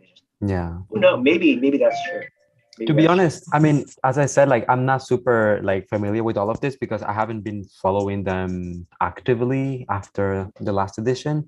But it does feel like a marketing thing, and trying to come network and perhaps try to recruit some girls and kind of create some relationships to kind of enhance the visibility of MGI. I personally feel like with the way that they have been behaving themselves, they have kind of alienated a little bit the Latino audience. Because I kind of gravitate within that world as well. I follow some of the Spanish speaking pages, and I have a lot of friends who follow pageantry actively who are Latino as well. And I know that they don't think it's funny what he's doing, and they don't take it seriously, and they don't take it lightly. That's the thing, some countries are upset because, our candidate didn't make it or whatever, but for them it's disrespectful. I have this friend. So my friend from Puerto Rico, he was so upset about the situation with the candidate from Puerto Rico this year, because a lot of people saw her almost as the winner, when it comes to the statement and everything. She made it to the very last. She was amazing minute. Yeah, I thought she was gonna win. Yeah, exactly. She didn't even make it into the top 5. So they take it very personal. The guy was crying over it, and he's not the only example that I can think of.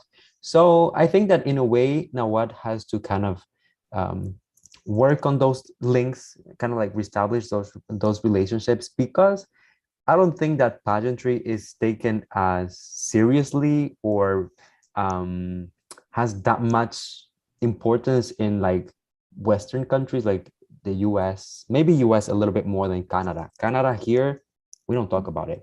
You will never hear anything about pageants in the media. I feel like some countries in Europe are very similar as well. Or even if they support pageantry, they have a very forward-thinking way of seeing pageants. So in order to have that impact that he wants to have and be so relevant, he really needs the support of Asian countries, and he also needs Latin America, because that's where pageantry is really important. So yeah, that is so true. Lex says, Co, I love how you call MGI a cult. Well, it is a cult. We all know that it's a cult, That's true, Rafa. That's really true. From my recent observation, especially for several months, they claim that they try to claim economically success from TN, okay, as a very big proclamation that we going to be number 1 soon, or sort of. And they try to hide within the organization, Miss Grand or Provincial that's going to compete in Miss Grand Thailand. Okay, if you're going to have a spotlight internationally, or if you would like to have economic success TN, so come with me, okay? So make a win and do whatever I please. That's why I say that I'm very startling when I saw money slip, flying away. Flying over in that page, not only page, okay, like all MGI affiliate page, okay, in Thailand. So I think that's toxic. That's toxic, okay, for me, because So, it's go never ahead. it's never inspire. Okay, it's never inspirational. A lot of less fortunate ladies see pageantry, as a way to make them arise and to be seen, okay, and have Well, also to get themselves out of poverty and misery, basically. yeah, that's right. But now, what they try to promote that the more money you have, the more money you paid, the more opportunity you gained. Even though it might be correct, okay, behind the scenes, but I feel really bad. Why Yeah. you Why need? well, if they can afford to buy, a ticket to Indonesia, they might as well Yeah. sign up for Miss Universe Thailand. I don't get it. Why MGI? Why not Miss Universe or the traditional Miss Thailand contest? You know what I mean? So I don't know. It's just so weird. All right. I just want to put an end to this MGI trash. Let's move on. Yeah. Let's move on to Miss World. Let's move on. I want to talk about Miss World because I know Luis has a lot of opinion about Miss World. Okay. So first and foremost, Stephanie Del Valle, the Miss World from Puerto Rico 2016, posted on her Instagram last week that she decided not to attend the finals on March 16, which will be held in Puerto Rico, but the venue was changed. Now it's going to be held at the Coca-Cola Museum Hall, whatever. So anyway, she said that she doesn't want to go because, as I don't know if some of you people know the story, but what happened was that Stephanie had contracted a third party, which is called Puerto Rico with a Purpose Company, which is owned by an American entrepreneur named Brock Pierce. So apparently, Brock decided to sue Stephanie because the checks that she had deposited to his bank, I think, bounced or was not accepted or something. In other words, there were not enough funds in these checks. So that's why she got sued for that. And then she was accused of embezzling some money from these funds. And of course, she posted that it's not true. This is fake news. And I don't want to associate with this type of company that accuses me of investment. So therefore, I cannot go to Miss World Finals, which is perfectly understandable. Now, the question is, who is eventually going to finance the finals on March 16th, which is literally 10 days from now, basically. And we haven't seen the girls arrived in the country, in Puerto Rico, not yet. None of them they're getting ready to leave their countries, but you don't see any departures yet. So that's one thing. Who's going to finance March 16th? Is there like a ghost or a phantom benefactor or sponsor? Could it be maybe one of the sponsors is one of the Miss World contestants? Are they just taking the hit and like paying for it themselves and just losing the money? Yeah, and are the top 40 contestants going to pay for their own airfare, or is the Miss World organization going to pay for their airfares? Because I don't think it's fair to invite back these top 40 girls and then have to pay for their accommodations as well. For the travel fare. It just doesn't make any sense, So, there's several concerns of mine. So anyway, another question is, let's get to the chase. Who do you think is going to win? Let's start with the top five. I have my own top five right now. Okay, you guys want to know who they are? Okay, let me start with the top five. My top five are Cote d'Ivoire. I love Cote d'Ivoire because to me she embodies what Miss World is looking for at the moment. Her beauty is extraordinary. I love, love, love, love her style, her personal style. She's one of the most elegant, most fashionable, most chic contestants that I've ever seen in Miss World or any pageant in a long time. I like the fact that she expresses herself very well. Well, she studied in America, so she speaks English very, very well. I liked her. Okay, so this is one thing. I really don't care about Miss World's Beauty with a Purpose program because to me, they don't mean anything. Okay? Seriously, they're all similar. I mean, most of these contestants really don't even sound sincere. Maybe except for 2 or 3 this year. But the rest, I really don't care because they don't do anything personally to me. Okay, so but whoever wins Beauty with a Purpose award, fine. That's fine. That's fine with me. But Cote d'Ivoire, I like. Another one is India. Okay, a lot of people are saying, okay, well, if Miss Universe this year is from India, I'm sure Miss World this year is also going to be from India. As you know, India is just one of those 2 or 3 countries that have won both Miss World and Miss Universe in the same year, like twice, I believe. So if Miss India wins Miss World, it's going to be the third time that India has won both Miss Universe and Miss World in the same year. I like Manasi's Beauty with a Purpose, believe it or not. I think she's very sincere with her advocacy. She's naturally beautiful, and she projects this ethereal aura. There's something radiant about her. Even when you look at her photographs, like still photographs on her Instagram account, you can immediately sense that aura around her. And when even doing motion videos, that aura magnifies or amplifies. And she's just very, very, very beautiful inside and out. So I don't mind if India wins Miss World again, but there's so many strong competitors. Cote d'Ivoire, That's true. Steal the crown from India, and Cote d'Ivoire's never won, and she has a huge following. So Cote d'Ivoire to me is probably India's biggest threat. So Cote d'Ivoire, India. Another one, a lot of people don't have her on the list. I like Dominican Republic. I like her too. Yeah. I was hesitant when I did my top 10. I was like, Dominican, but then I didn't include it. But this is definitely like probably my 11th. Yeah. Yeah. As you know, the Caribbean region is very, very strong this year. One of my favorites actually is Miss Bahamas, because I interviewed Bahamas and I work with the Miss Bahamas organization. So Sienna Evans is amazing. I like her Beauty with a Purpose. I think Luis, you mentioned in your analysis. So good. That her advocacy is very, very relevant because she owns her own company that specializes in providing free tests to Bahamian citizens who need a COVID test and whatnot.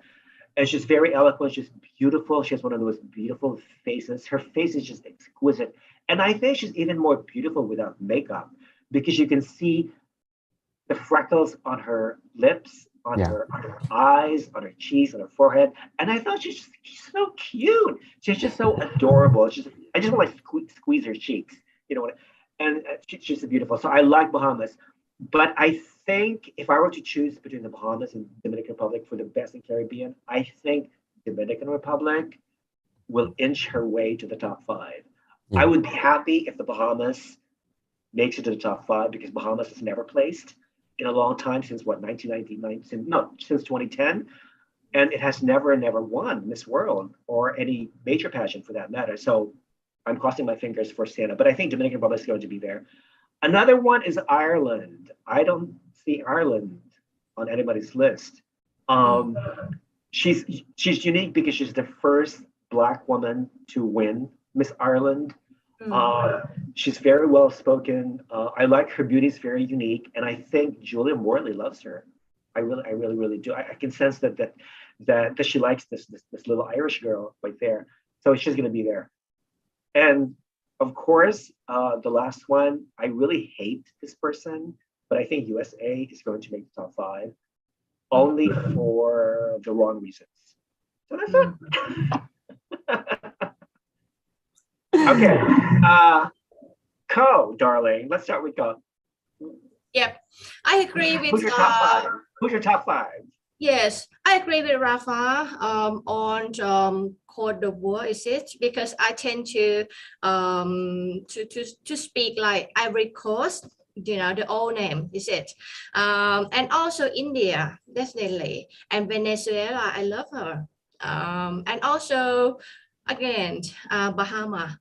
Okay, I love her as well. But the last, I tend to go for Indonesia, the last one, the Indonesia, fifth actually, one. Indonesia was my number 6, by the way. She Yeah. almost Oh, made really? the top 5, yeah. Okay. For me, she actually in my top 5. Okay. Again, Indonesia. Oh, sorry, India as well. India. Okay. India, Ivory Coast. I mean, Cote d'Ivoire. Okay. And Venezuela, Bahamas, and Indonesia. Is that 5 or 6? Okay. I think. Yeah. That's Well, all. I think they will have a top 5. Uh-huh. Yeah. And also continental queens. So Mhm. yeah, top 40 and then top 20 maybe, or top 10 right away, and then top 5 and then continental queens. Yeah. All right, those are good choices, buddy. Very, very good choices. Denise, darling, what about you? Well, for me, my top 5. I mean, like, I feel like it's similar to everything that you said. My top 5 is actually South Africa. I've loved this girl from the first moment that I became aware of who she was. There's just something about her that I don't know, I find like so appealing and so honest that I just connect with that. My number 4 pick was Philippines. So we have Tracy Perez from the Philippines, another girl that I mean, because I cover a lot of the Filipino pageants, been following her for a little bit, and I know like the potential. I feel like she did so well during the first part of the competition until it was postponed. Challenge, yeah. And then people were talking about, will she be able to bring back that fire, you know, after they come back to the competition? And I think she's ready. I was just watching her send off today. They had it like, I think it was yesterday that they did it. There were some videos online and she looks really excited. So I'm hoping to see her there. My top 3 were actually Venezuela as well. I feel like her beauty is very unique, and her cause, I really like her message as well. What she stands with, the beauty with a purpose and a project, all of that. Number 2, Cote d'Ivoire. I agree with you. She just has like that global presence, you know, very global, paying homage to her culture and her roots at all times, but still very international. She has that presence. And my number 1 pick was India. You know, in a lot of ways, I think that there are certain things that some girls do better than India, but I feel like India's message right now stands for whatever Miss World needs as of right now, you know, because when I was coming with my topics and all of that, you know, yes, I was looking at the performance and the track records and who won the challenges and all of that. But I personally believe that Miss World really took a hit this year, like their image, their, I don't want to say their credibility, but like their relationship, you know, like that grand reputation that they have and how they behave themselves, and you know, with all the drama, the mishandling, and the organization of the pageant, the lawsuits, it's just out of control. So I feel like the best thing they could possibly do is to crown a girl who will elevate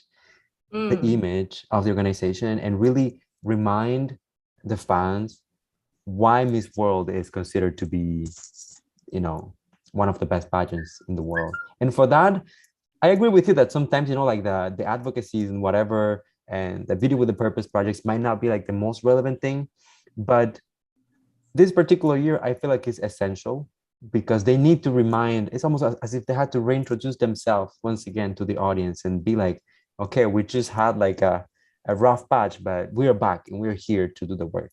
And, you know, I feel like Miss World, if, of course, if that's what the winner wants to do and like the focus of the organization, they might be more relevant during these times of war and conflict and all of that than perhaps MGI, who claims to be to stop the war. So yeah, that's true. Well, okay, of these front runners, who do you think, let's say, is the most marketable? Because as you know, Miss World is hemorrhaging seriously financial wise. yes, Cote d'Ivoire. So they have to choose. They have to sort of like choose someone, a girl that not only would be perfect for the organization, but also is able to attract sponsors. In other words, who will bring more money to the organization. I think India would probably be the best. Or it's between India, the countries that have a huge pageant following. India, Philippines, of course. Maybe Venezuela, even though despite its multiple beauty titles and multiple Miss World crowns, has never hosted the pageant. So which is for me is very strange. And okay, another interesting comment, Lex. Oh my God, Tita Rafa, I blocked Miss USA from my Instagram because she sends me the wrong vibes. Something feels very forced, and she quantifies all the stuff that she does and overstates her education and credentials. Girl, Lex, can we talk? Okay. Okay. Announcement. I'm going to actually do a live interview on my channel with the original Miss World America, Alyssa Anderegg. Okay. She was the original Miss World America, and she was supposed to compete in Miss World 2021. But for some reason, the Miss World America organization decided to prevent her she wasn't stripped of her title, she's still Miss World America 2020, but they decided not to allow her to compete and crowned Shri Saini, the current Miss World America, as her replacement. Okay, and this is one of the questions I'm going to ask Alyssa. So if you guys are available on March 10th, stay tuned. So you don't want to miss my interview with Alyssa. So anyway, you're watching. Hopefully you can ask comments and stuff and everything, just like everybody. So yeah, so that's the reason why I included USA in my top 5 for this world, because there's a popular rumor going on, all over the internet, that the only reason why she was crowned Miss World America is because her parents bought the crown for her. And also, I'm hearing a rumor that her family is also financially supporting Miss World finals this year. So that's what I'm hearing. Okay, so we'll see. So Shri, darling, if you're watching the show, don't contact me. Okay. All right. So who do you think will win Miss World? If I'm being honest, anyone that I mentioned within my top 5, I'll be happy, because I feel like they all have the potential to do what I said that was needed for this year's edition of Miss World. I mean, South Africa, she's stunning, amazing cause, and South Africa as a country is very supportive of their beauty queens. That's true. Philippines, That's true. Yeah. I mean, powerhouse, a definitive powerhouse. And I know that even in Miss World Philippines this year, there was a lot of drama going on. So I feel like it will be a win-win for both organizations if she gets the title and is able to elevate everyone's reputation. Venezuela, huge pageant country. Cote d'Ivoire, I agree with you, like they might not be as big when it comes to pageants, but this girl has a lot of potential. She has a big following, and she has that, I was watching her interviews in English, in French, and she's impressive in every single level. Like, doesn't matter which language she's talking, like, amazing girl. And India, I feel like that when it comes to the project, perhaps India is the one that really surprises me the most. And definitely they have like that huge support as well. So either one of those, what, it's like you'd be happy with it's a no-brainer. Yeah. Okay. All right. My pick for Miss World is Cote d'Ivoire. only because for all the reasons that I stated earlier. And to me, she would make an excellent Miss World. And if she doesn't win Miss World, my second choice would be India. Yeah. So that's top two. Carl, what about you, darling? I strongly Thailand. no, Thailand is no, absolutely Thailand. no. I mean, I tend to think that India has a high chance to win. Okay, I mean overall, she got beauty, she got advocacy, and how she speak is very present to the eyes. So if I could pick the winner, and the runner-up, I probably winner is India, and the first is Venezuela. Okay. Yeah. Yeah, Venezuela is in my top 10 for sure. I mean, I wouldn't mind if she penetrates the top 5. But my sentimental favorite is Bahamas, only because I love her, and Cameroon. Cameroon, you know, I mentored Miss Cameroon, and she's an amazing woman, and I don't mind her actually also making the top 5. But I think I was judging everything from the way what I think Miss World would prefer to have as winner, and that's why how I evaluated, you know, my 5. All right, whoever wins Miss World. It's gonna be Cuba. Rafa. Anyway, Rafa, yes, darling. Is that possible that Auntie Julia going to crown another lady of colors? You know, because the current one, the reigning queen, is Tony Singh. And like, you know, she very diverse in her ethnicity anyway, but obviously she a lady of color. And if Bahamas or Cote d'Ivoire is going to be like successive lady of color to be crowned, so is there a big chance to, you know, to go along this path anyway, Rafa? Well, the top 5 that I chose are all women of color. Dominican Republic, Cote d'Ivoire, India, Ireland, USA, they're all women of color. So yeah. Are you saying, well, you know, it would be nice to be able to see a blonde woman being crowned Miss World, because when was the last time we had a blonde Miss World? It's been a while. You know what I mean? Yeah, so I wouldn't mind at all. But whoever Julia thinks, eventually Julia will get to pick. You know, she'll get to pick things. So I bet you she probably already has picked the winner. We'll just find out. And the judges are just nothing but a front. They don't mean anything. They're just decorations, like the grand international judges. You see, if I was proposed to judge for Miss World, that's something that I wouldn't say no, because it's literally just, you know, you go there and you like vacation, like you let Julia do the job. You're just like there for the cameras. Right.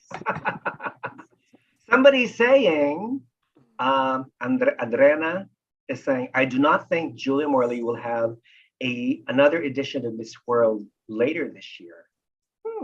Okay. That's interesting. Maybe. Who knows? Who knows?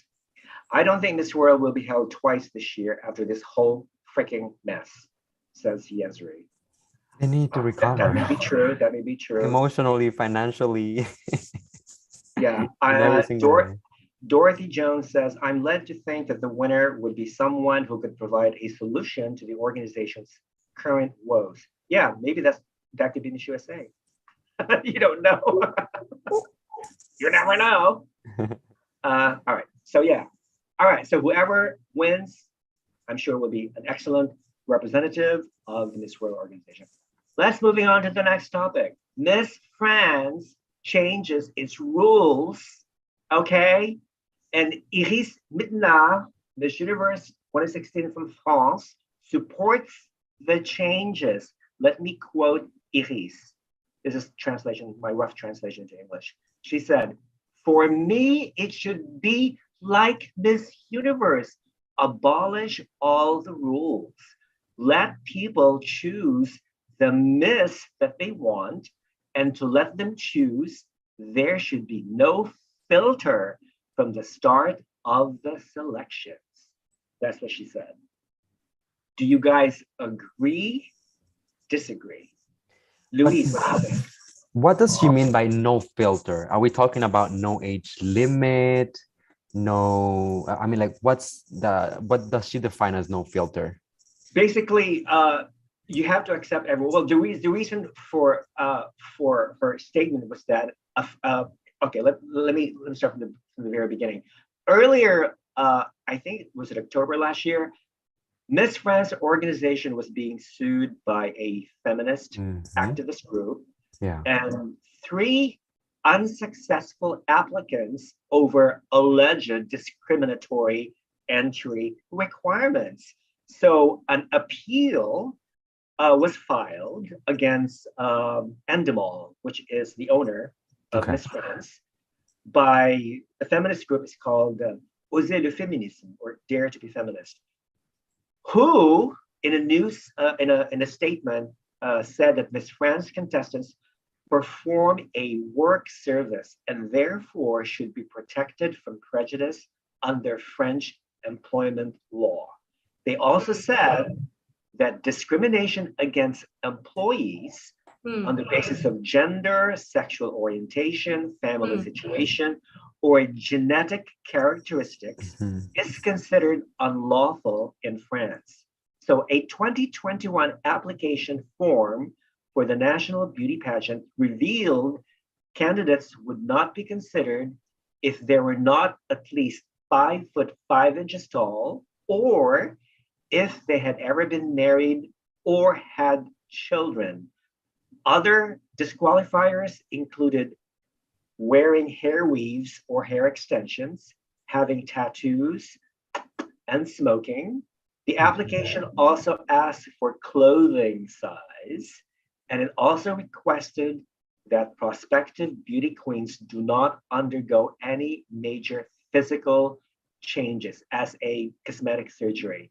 Otherwise, if they fail to follow these regulations, they would be fined €5,000 or 5,822 US dollars. So that's what it says. So do you think it's time for Miss France? I mean, Miss Universe has dropped some of these stupid requirements, you know. They now accept transgender contestants and whatnot. There's no height or weight requirement anymore. So Miss Universe has changed, and also Miss World and all the other pageants.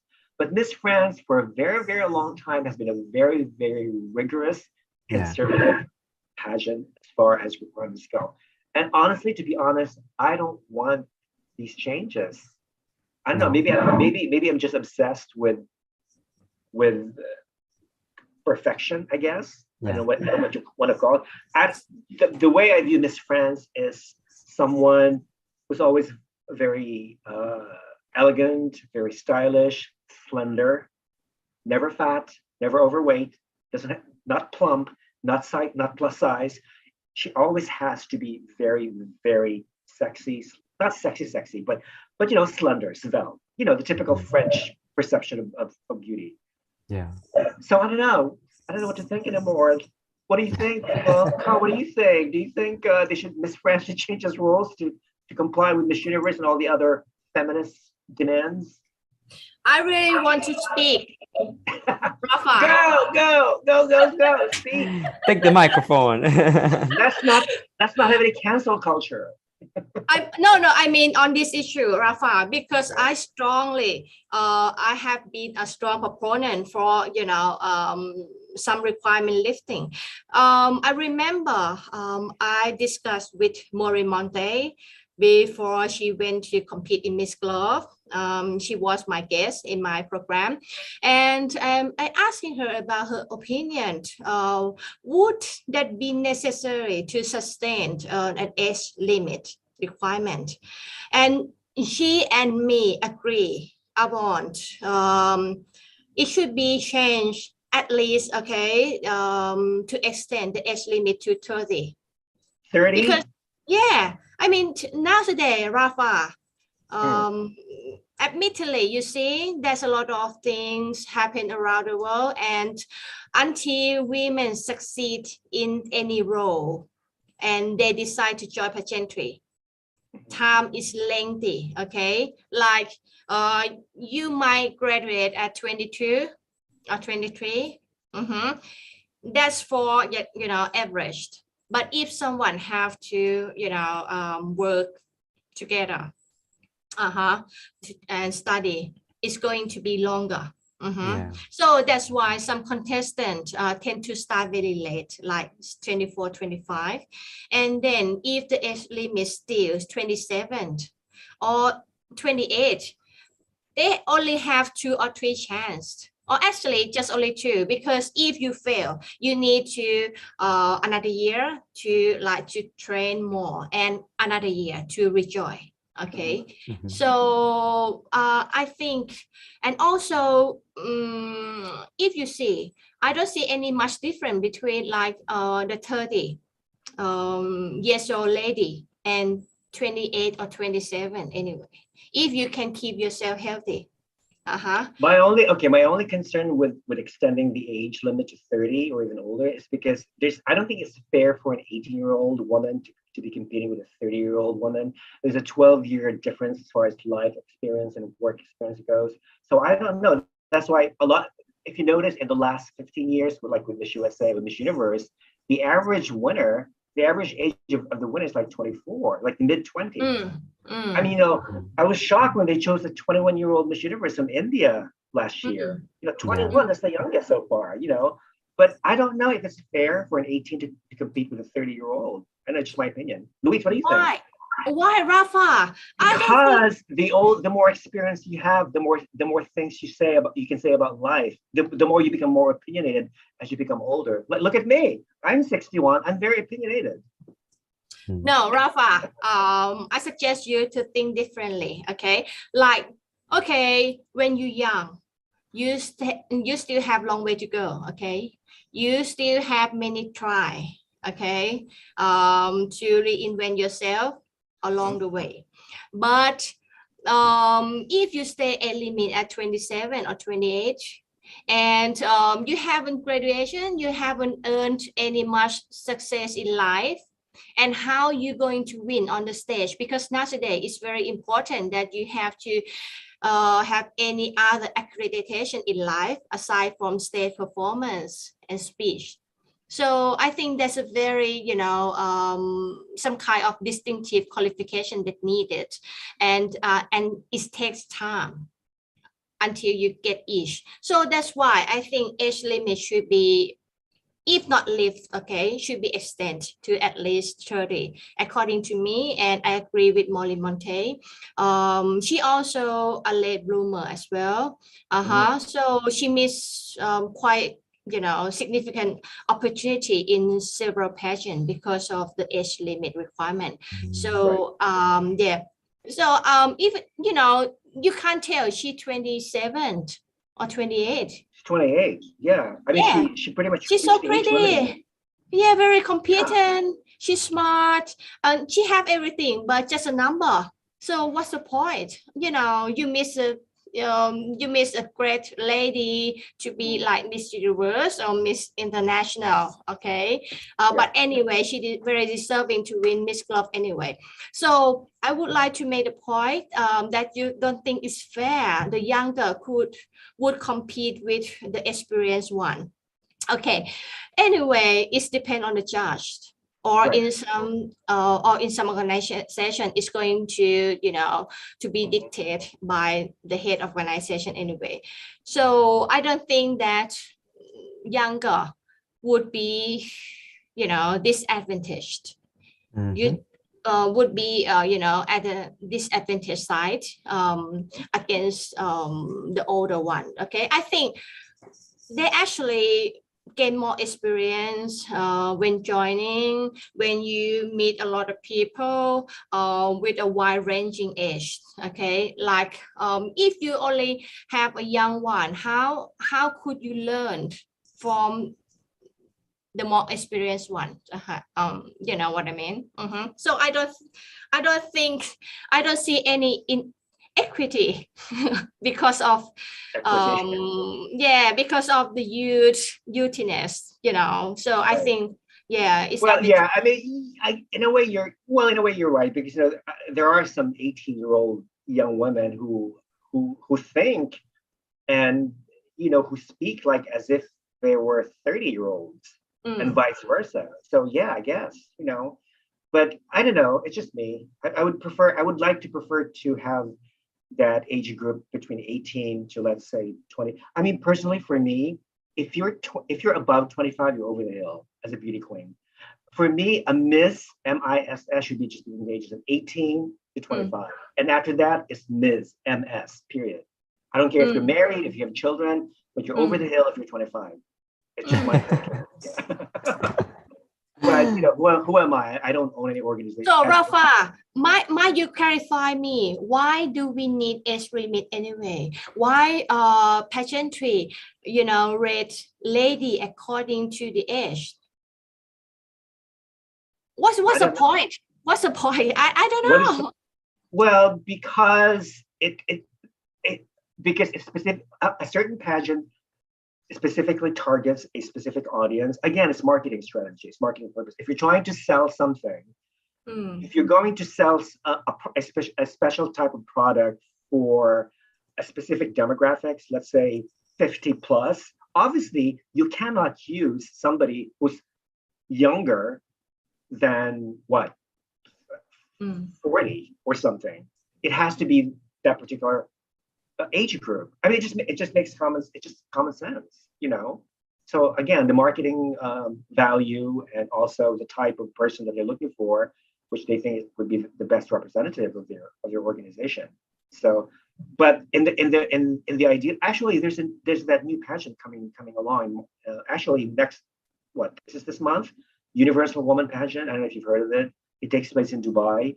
There's no age limit. There's no height or weight requirement. You can be anybody. You can be a trans woman. You can be divorced. You can have tons of children and compete. You have to be at least between 25 and 40. So yeah. Interesting. So after Maureen Montaigne finishes her Miss Globe reign, maybe you can encourage her to join Universal Woman. Let's do it. Yeah, you know what I mean? Let's send Katrina Di Marana to that pageant. I think I'm gonna groom you. You're gonna be Thailand's representative next year for Universal Woman Pageant. I'm gonna coach you. Are you game? You can do this, go. I'm going to send you. I'm going to be your national director. Anyway, Rafa, I'm still national director for Miss Global Thailand anyway for this year. And last year that repeat again, I bring the crowd to Thailand. Okay, the first one ever within 3 years in 2019 before being locked. Okay, by my own man. Okay, my national man. Okay, so yeah, I think. What do you think, Rafa? I just asking you. Okay, that's a trend now today in Thailand. Okay, trend. Yep, I just asked you just a brief question about what do you think that like Miss Grand Provincial, okay, national director is just only 21 years old. Nothing wrong with that. As long as he is a responsible adult, fine. If it's professional, if it's ethical, fine. That's great. Why? But it seemed okay. It seemed great at the night after crowning. Okay, but since then there's a lot of issue. Okay, reveal. There's a lot of issue now. So a lot of people just questioning about it's too young to. I mean, opportunity open for everyone is good. But if you never filtering people to take this role, it's going to bring disaster to the event. So and the trend is national director of the province MGI MG province is like 21 and 20 something, and someone who rarely have experience. They might they actually used to be like a media that's run around to interview people and know some beauty queen, that's all. But in the process, in the mindset and what they seeking for, what they try to, tell the beauty queen to be, okay, like formulate the mind. They just have no idea. So what I would like you to say something. I mean, to give some light for for those people who still allow the inexperienced or the very young people to take the role of very, a big responsibility. Well, I think there are a lot of amazing young people. I mean, I know, in America, I mean, there's a lot of young people, even younger than 21 or 18, 19, who have started their own businesses, and they're doing very, very well.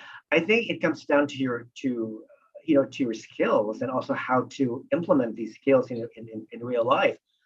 I'm all for it. If I were that 21-year-old national director, entitled whatever, a provincial director, I would make sure that everything is done professionally. I would make sure that I have a very strong support from my family, from my friends, also networking with the right people. But the only downside that I see, being a young director, is that there's going to be a lot of temptations. There's going to be like people pulling you from different directions, and just be aware, just be careful. Again, use wisdom. That's one thing that a lot of young people lack these days, is wisdom. You always have to ask yourself, is it wise to cross the street without looking at each side first? Is it wise to cancel culture, even though deep down inside you believe in freedom of speech?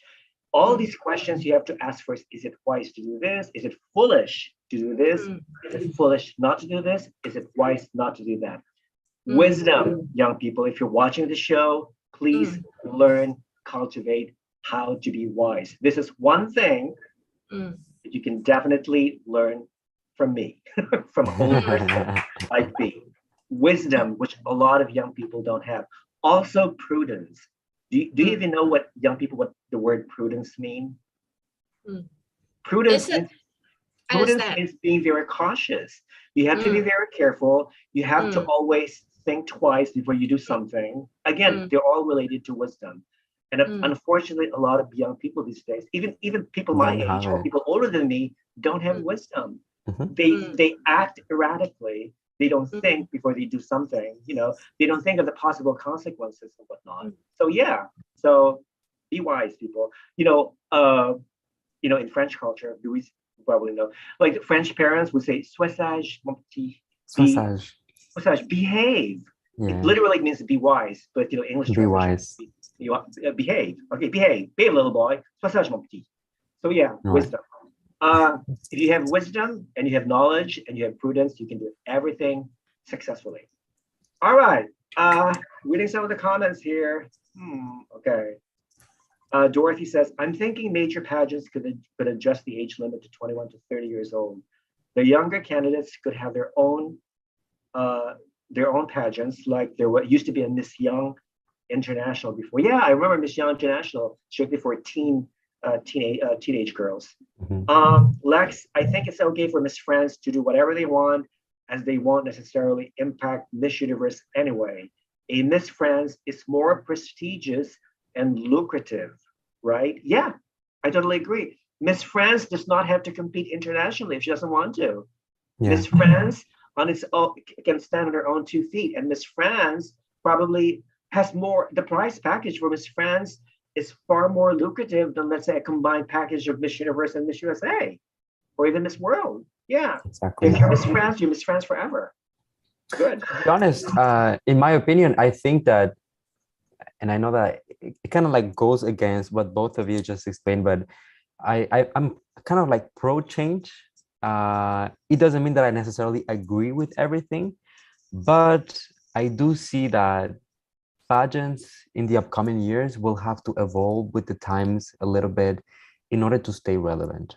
And this is something that I say because even before I got into pageantry myself, I didn't know much about pageantry, but what I knew, I felt very strongly about it, and I was like very against it, because what we perceive like from the outside is this entire system of objectifying women and like judging them based on their physique and all of that. And we know that once you are like a member of the community, once you know, when you learn a little bit about pageants, it's really not that.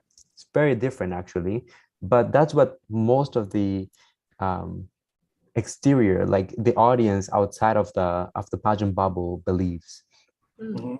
I also think that, I was looking as well. I'm trying to learn here and there a little bit and looking into male pageants as well. And what I noticed right off the bat is that the age limit is very different. It tends to be Right. much higher for men. Mhm. And, there's been a few situations where I see like queens with a lot of potential that they lose that opportunity because of like a few months.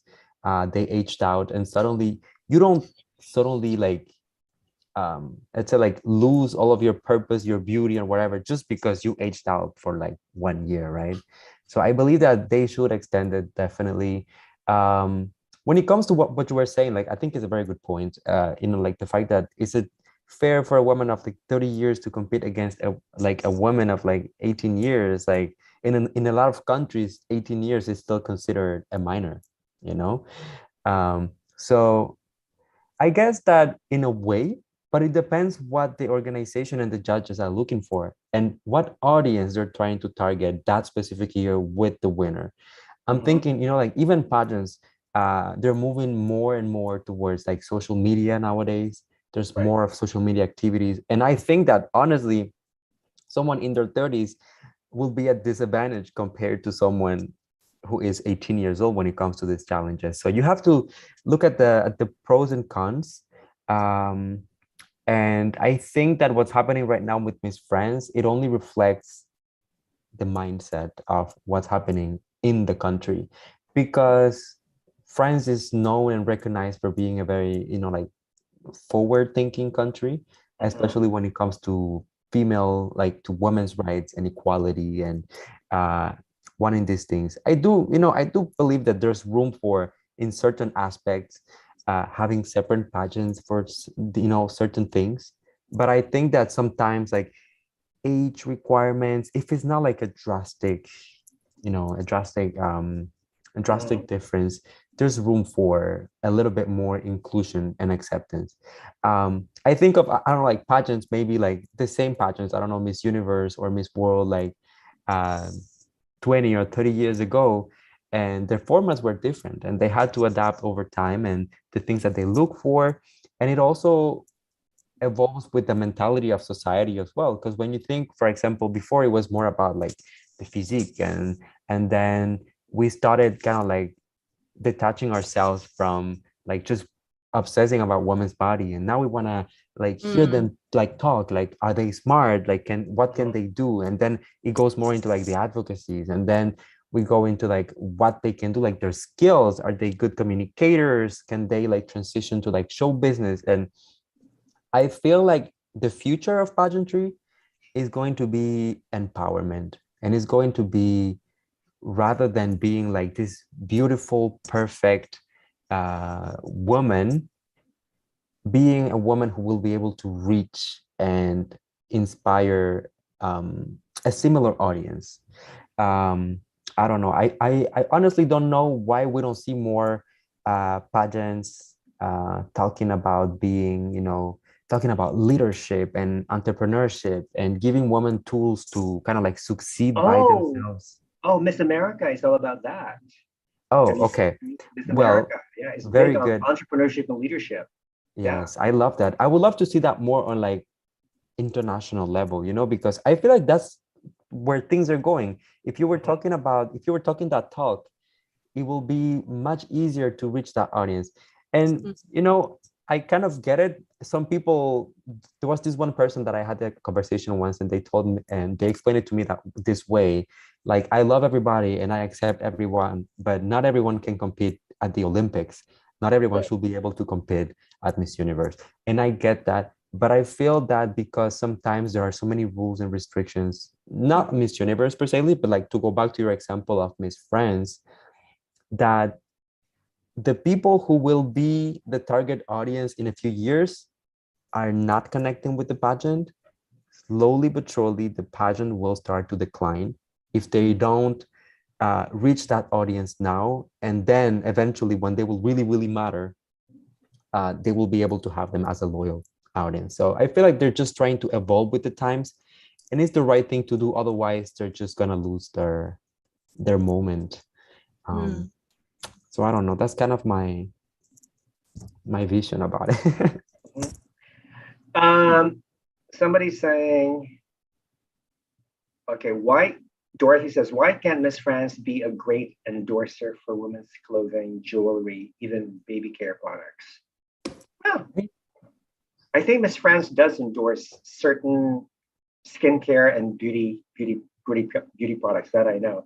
But women's clothing, I'm not so sure. EJ Belge says feminism destroyed interest in pageantry. This is what happened in Europe. I agree. I totally agree. Yes. I think that's why, and I mean, you can call me old fashioned, you can call me conservative, I really don't care.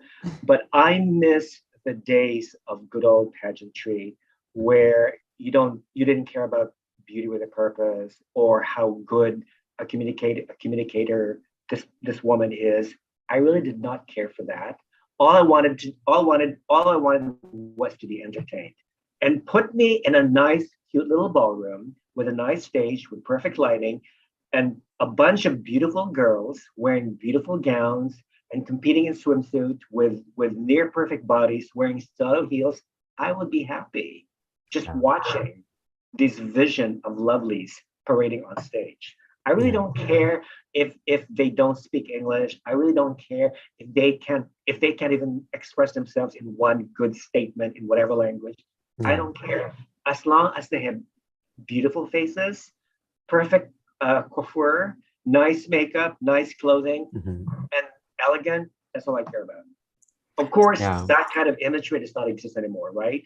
Because of political correctness, because of, again, changing perception of beauty over time. But you know what? I think there's a cycle going on. Just because that type of perception of beauty no longer exists or it's no longer popular, that does not mean that it's not going to come back. It's not going to come back. Exactly. It's going to come back. I bet you maybe 10 years from now. But just look at Miss World and the swimsuit. You know, they were supposed to bring it back this year after not having it for several years. So it just goes to show that, you know, it's a cycle and it ends up coming back. I think that right now what they're doing is kind of an effort thinking of maybe the upcoming years, because honestly, what I think is like the young generation is not really connecting to pageantry. Doesn't see like the purpose of it. And most people, like this group of feminists in France, see it as an oppressive way, as an oppressive organization towards women, and like telling women how they should look, how they should behave, how high they should be to be worthy or considered to be beautiful. But they don't have to watch Miss France. Why do they have to criticize Miss France? Because Miss France is a private entity. They can do whatever they want. That includes making their own rules. Nobody's forcing these feminists to look like Miss France.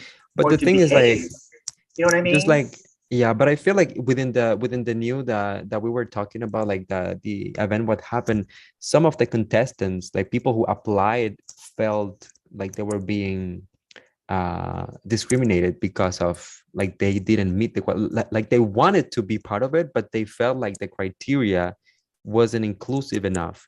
And that's where I feel like people in pageantry will get it.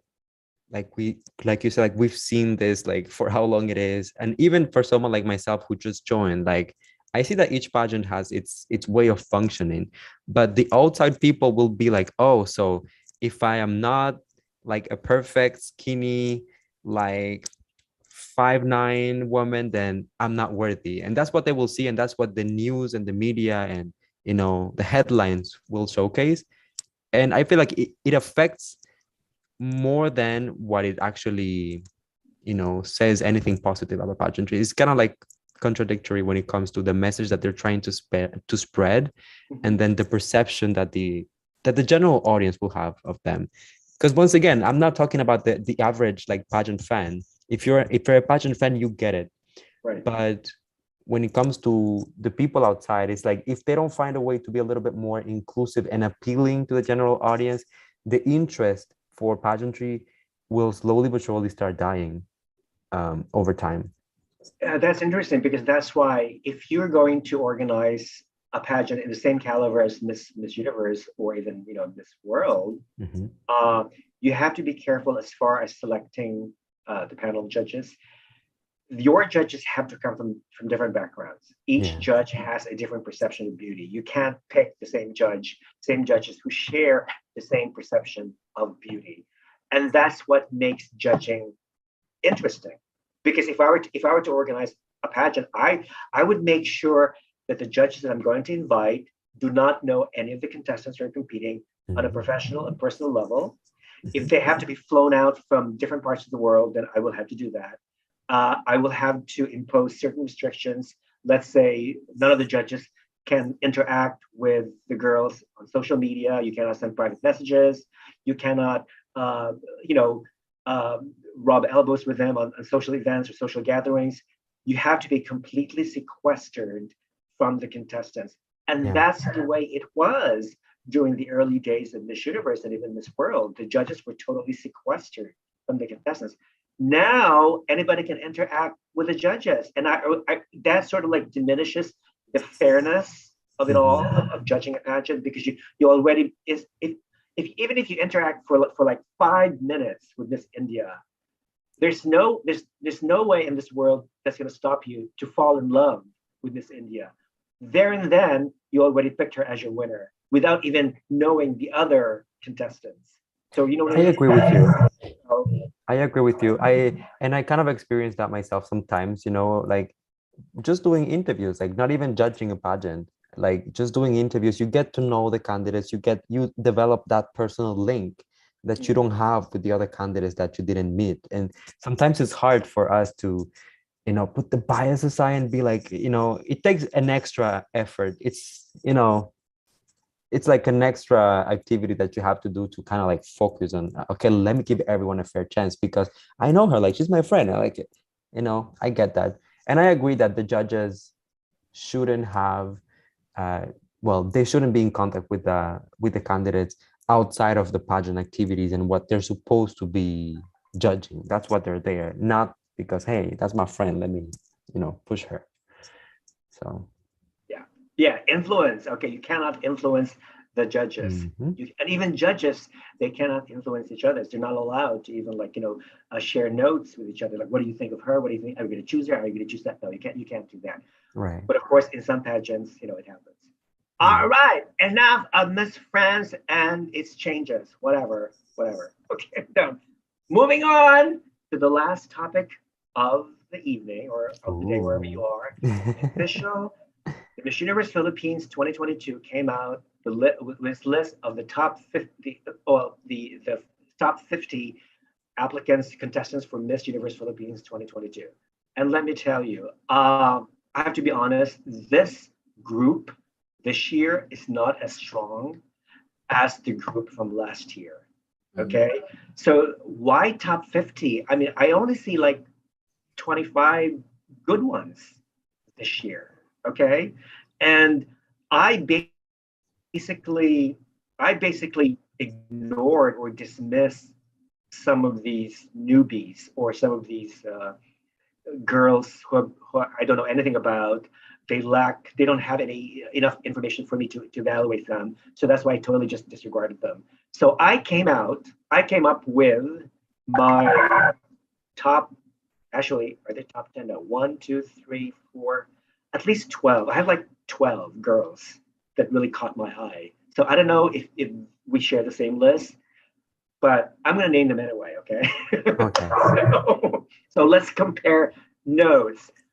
Okay, they're in random order. Okay, Michelle D. Everybody knows Michelle D. She competed she was Miss World Philippines 2019. She made the top 12 list in Miss World 2019.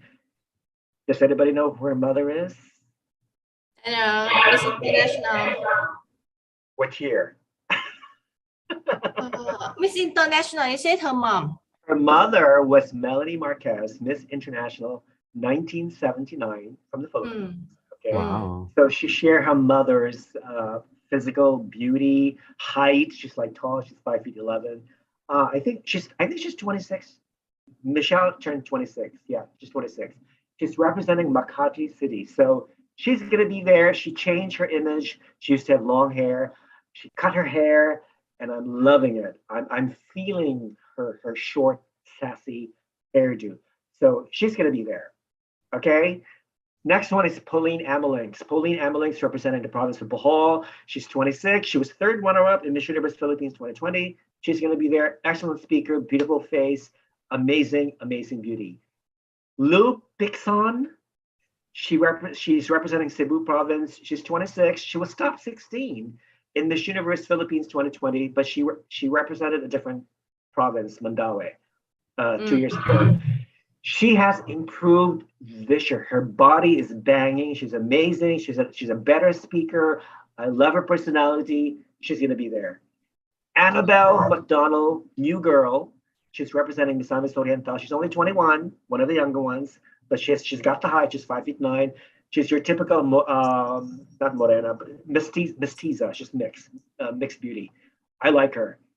Dorothy Marie Hemian or Hemidian, representing Iloilo City. She's 21, good speaker. She reminds me so much of a young Catherine Ann Manalo, who she was Miss World Philippines 2002, and she made the top 10 in Miss World. Facial features, hair, very silky hair, great body. Dorothy is going to be there. Another one, Genesis Latugat, Baguio City. Very dusky, very Filipina beauty. Her skin is to die for. She's like a combination of Catherine Dimaranan, long hair, tall, Venus Raw, and also Desiree Vergidero. She was Miss Universe Philippines 1984, I believe. Yeah. She answers, well, this is one critique that I have of her. Her answer sounds very rehearsed or canned answers. I mean, she speaks good English, but sometimes I feel like she rehearsed her answers. So that she needs to improve on that one and make herself sound more natural when she answers. Another girl is Jonah Sweet. She's half Filipino, half Australian. She's representing Aklan. She was Miss Philippines Earth Ecotourism in 2015, and she made the top 10 at Miss World Philippines 2017. She's somebody to look out for. Okay, in the beginning, I did not like Celeste Cortesi.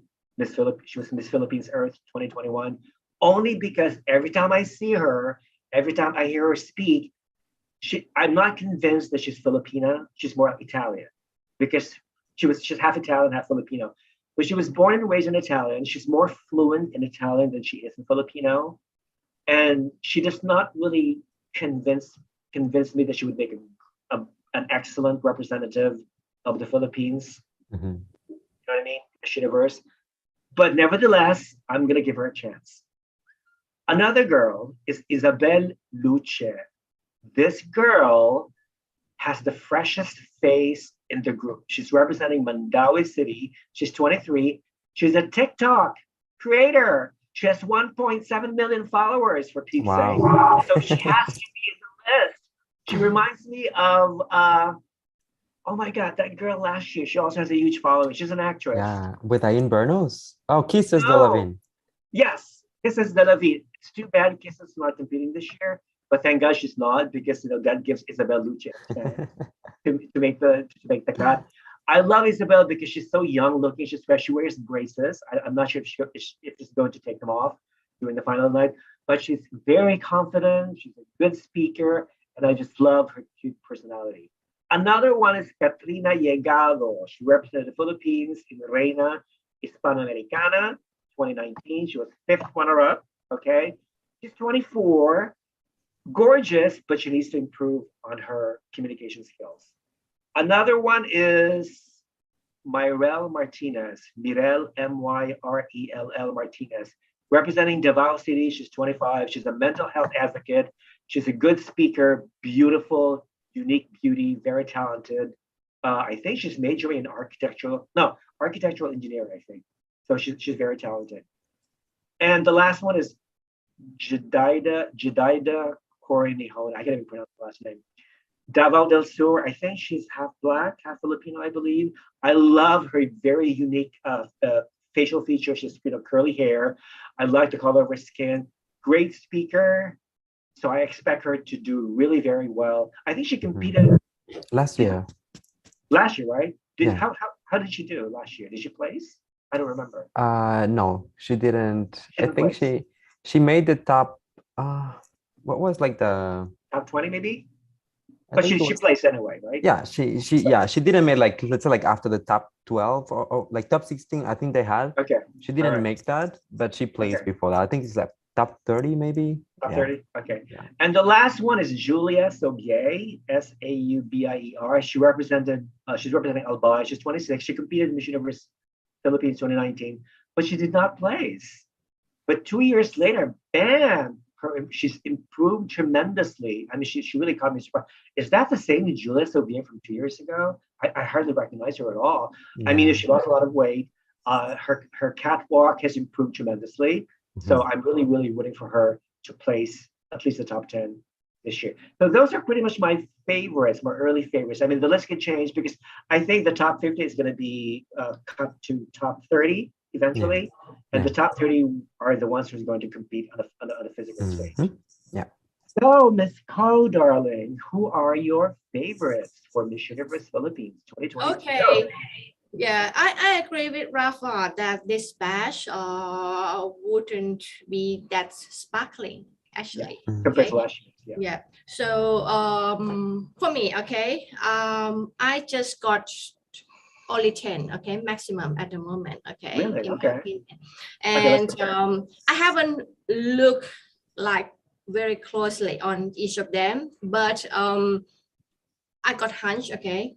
I will pick one that I see something in them, okay. First of all, definitely I really love Dorothy. Ilo. Dorothy, yeah. Dorothy. Yes. She's a fan favorite. Yes. Yeah. I don't know. I can say I'm pretty sure that she's going to make top 5. This lady, Dorothy. Okay, and Miss Oriental. Who? Hang on. Miss Oriental. Yeah. Yes. Do I have hang on. Her name is Annabelle May McDonald. Oh yeah, I mentioned her. Annabelle McDonald. Yeah. Yes. She's 21. Yes. Okay. Yeah, that's right. Yeah, she's very pretty. And definitely Isabel Luce. Isabel Luce, okay. Yeah. And my favorite also, Michelle D. Okay. Michelle. Yeah. She got everything, but what I heard about her from my friends that made me a little bit concerning is like when she speaks, she tends to become lackluster, like no feeling, that can be changed. She can be improved. That can be improved. Yeah. Okay, the rest is perfect. Okay, I definitely love the lady with height, especially in Miss Universe. I tend to believe that you need height to be someone. Yeah. You need the height. How tall is Isabel? We don't know how tall she is. Well, you have. I mean, Michelle D. She okay. actually 5 She's feet. 5'11". Yeah. Yeah. So for me, the minimum height for anyone who's going to be noticed, okay, in Miss Universe should be 174 at least for me. What's that in English? That's like 5'7". No, 9, 5'9". 5'9". No, that's too. Well, yeah. Well, I'd be happy.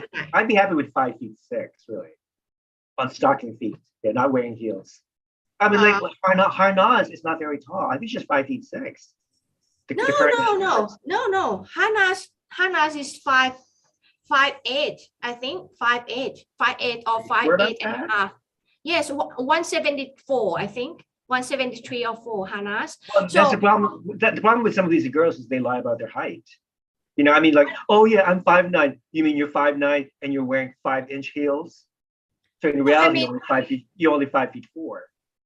I mean, that's my liking, okay. And I actually, Rafa, you can look at my history. I always pick the right winner and the right person anyway.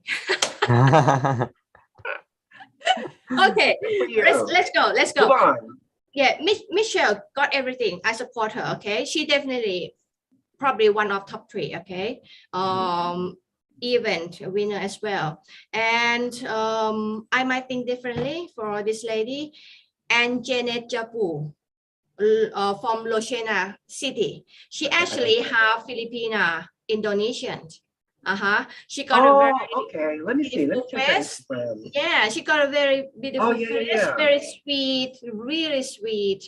I don't like. She has a couple of photos where she's using this clear contact lenses. I think she's wearing like blue contact. I don't like that. I don't like when Asian girls like wear blue contact lenses.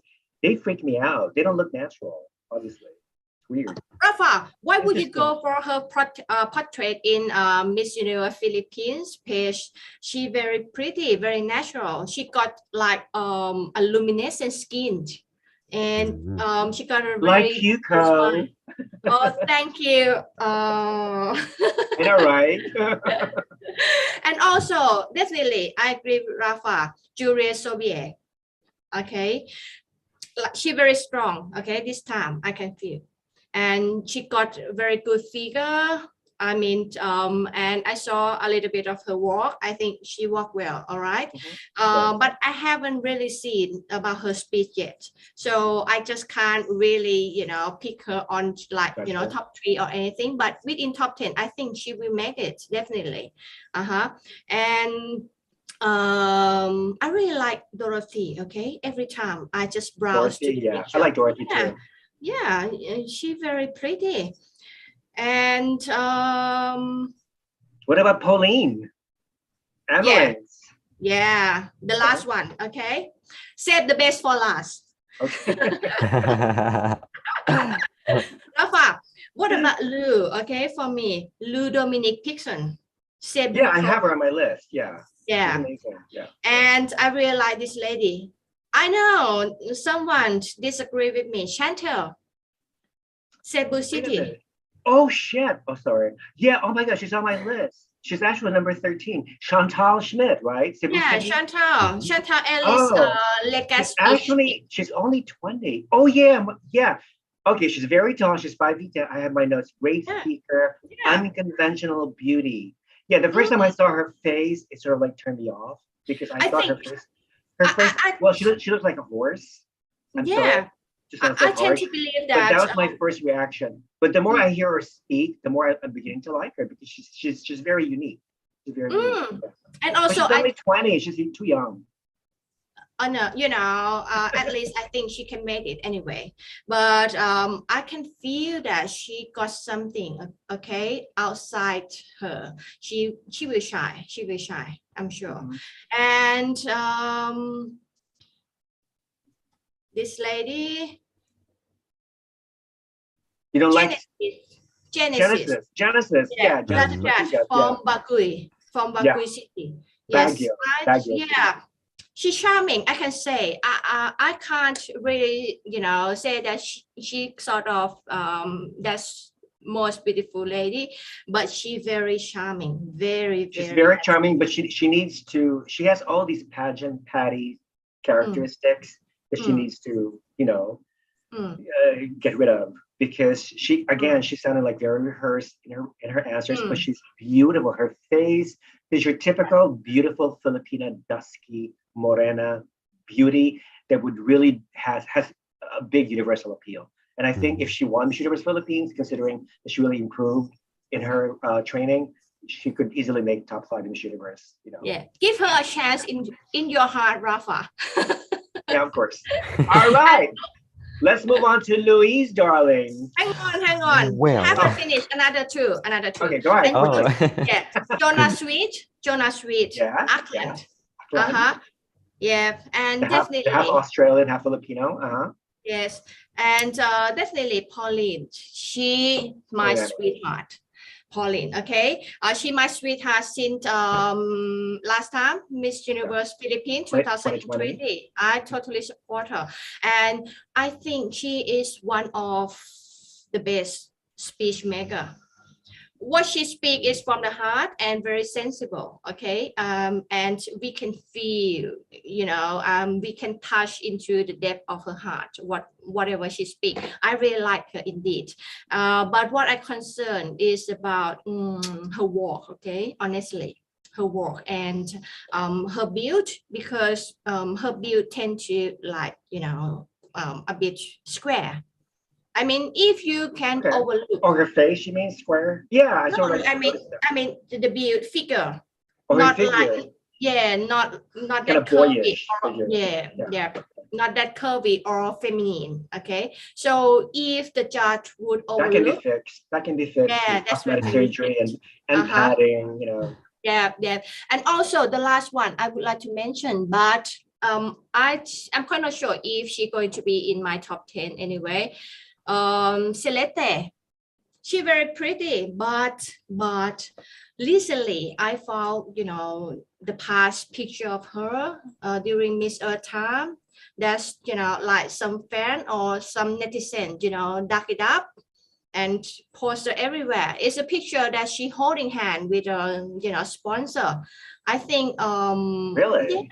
Yeah. So it give like not that good sentiment toward her anyway. So too close, like she sit almost on the laps of that sponsor, and holding hand. Yeah. So I think interesting. yeah, I mean, if the judge or that's not a very good image. Yeah, that's right. If someone really concerned about the image and sponsorship in Miss Universe Philippines and some kind of prestige sort of, I think she probably might be able to make top 10 or top 15 because of this. Yeah. Okay. All right. Thank you, Ms. Co. Now, darling Louise, we'll let your turn. Okay, so officially, I have not made my top 10 or my top picks for the candidates. However, I do have some thoughts about them. First of all, I'm going to start by addressing what you guys said about the, like the fact that this year is kind of like different compared to last year. I feel like it's completely normal since last year.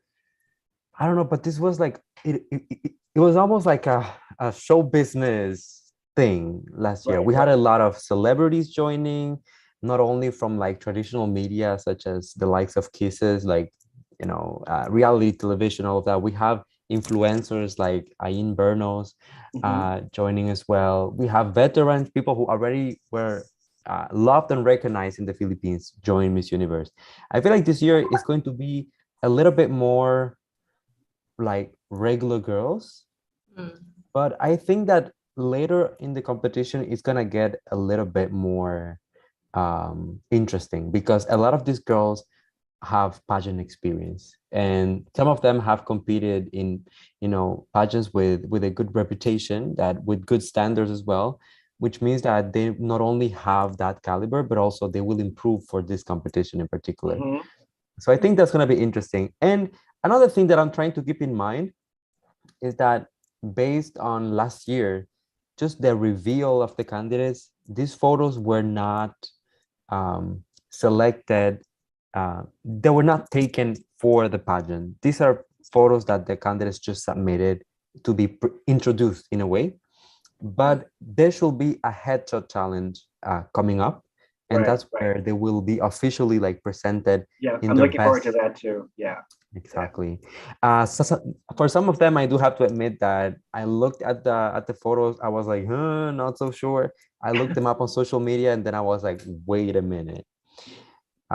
So I'm trying to like keep those things in mind. But there are a few girls who really, really catch my eye since the beginning. Just gonna like name a few. Julia Augustia Sobir from Albay. Yeah. I feel like there's a lot of hype around her, and I really like her beauty. It's very fierce. She has like those strong features, and I'm just wondering like what she's gonna look like on stage. But just based on the face, I'm like sold already. I think that some of you mentioned Genesis from Baguio City. I mean, like that photo is just like my definition of fresh. She just looks so happy and like so moisturized. Right. So, I really like that. Who else? Well, definitely Pauline as well, Bohol.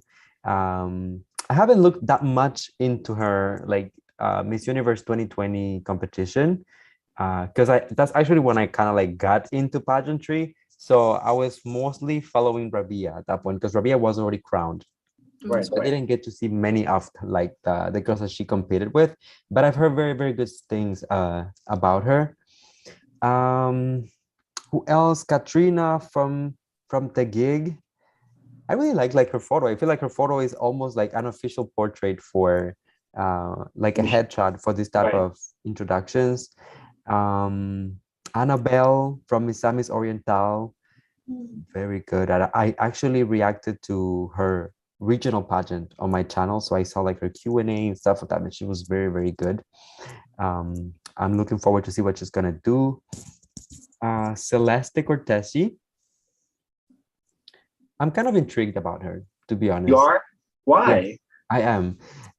I don't know. I really like her beauty. I feel like she's really stunning, but also she's the only candidate that her camp is sending this year to Miss Universe. Like she's the only shot that they're giving at Miss Universe. When you have like other camps like Aces and Queen who are sending like a lot of queens, Mm-hmm.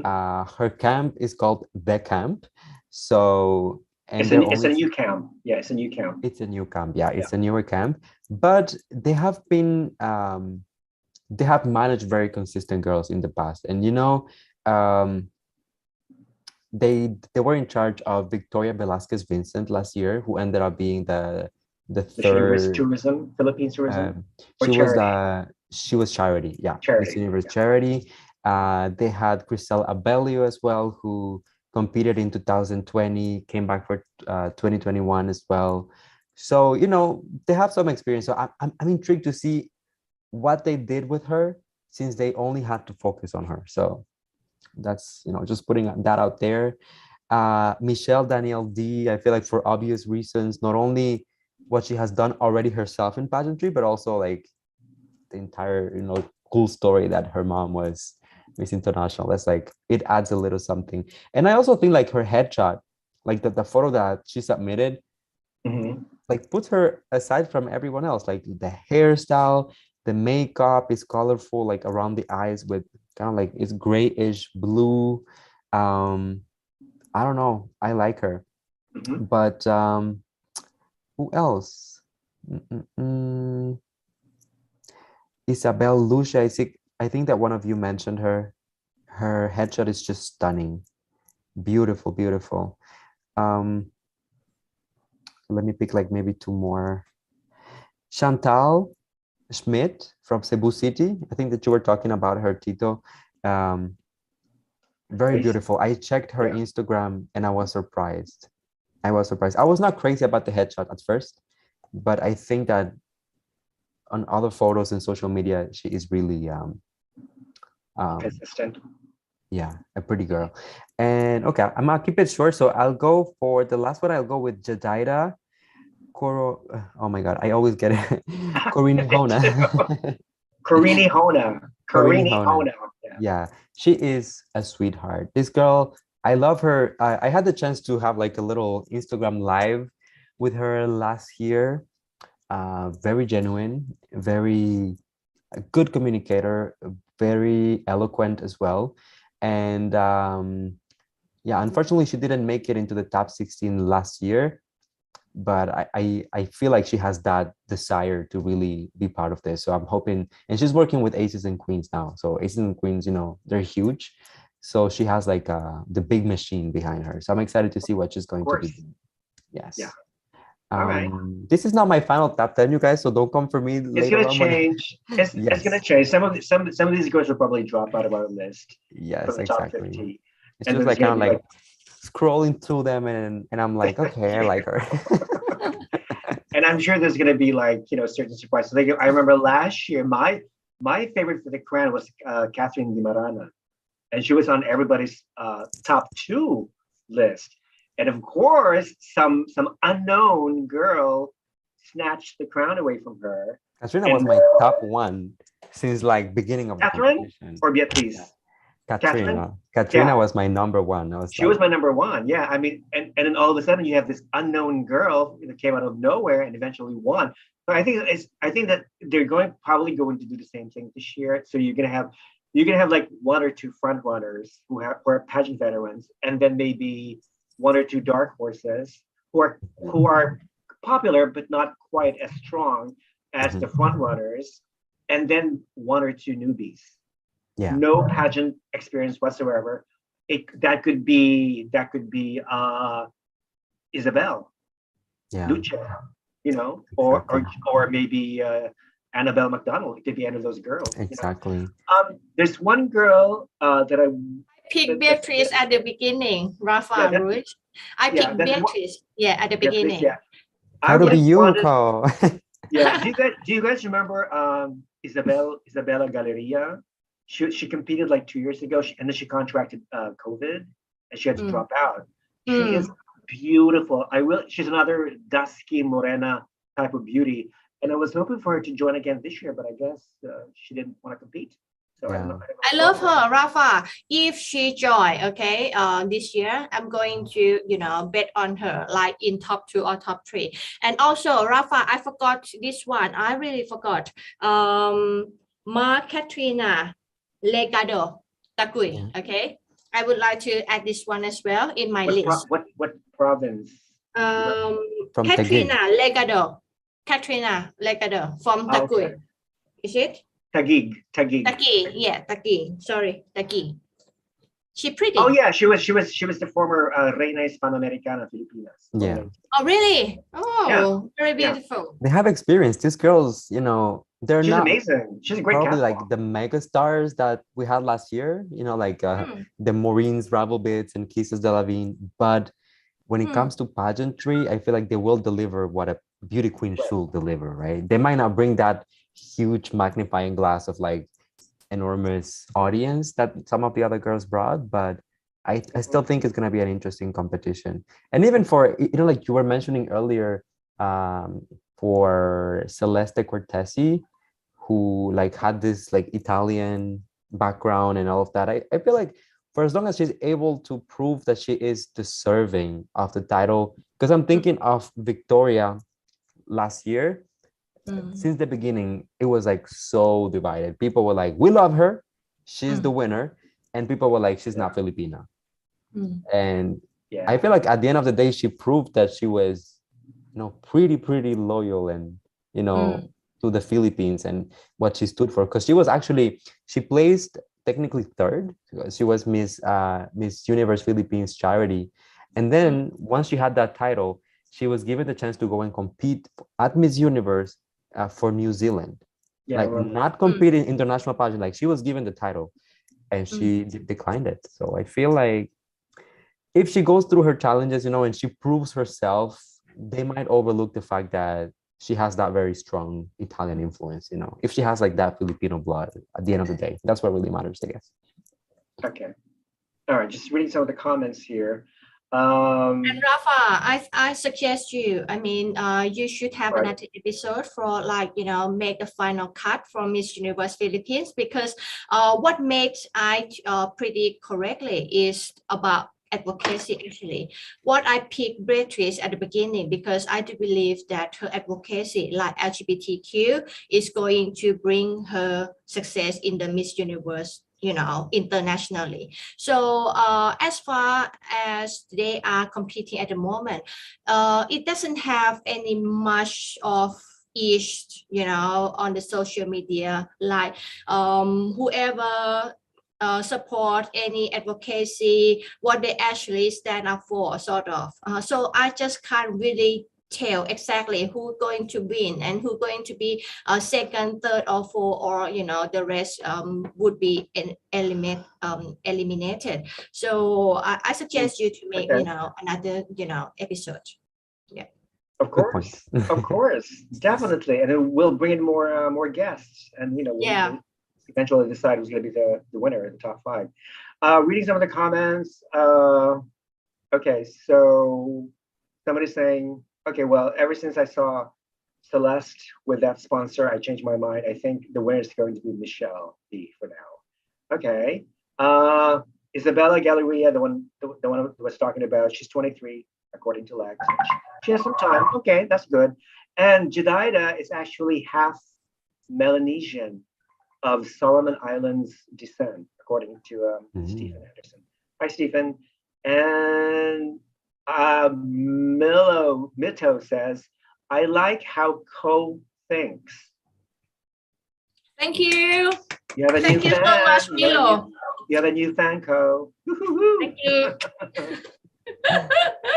Okay, Stephen says Harness is 5'7". See, that's what I told Co. Really? Co insists that Harness is 5'8". I think she's 5'7", basically. 5'7". So 5'7" is 170. She looks tall enough. You know, she looks. I mean, that's average. So that's good. All right. Okay, so we're gonna wrap up. This show is almost midnight in Boston and also in Montreal. It's almost Sunday. So I cannot thank you enough, both of you guys. You have been an amazing guest tonight's show.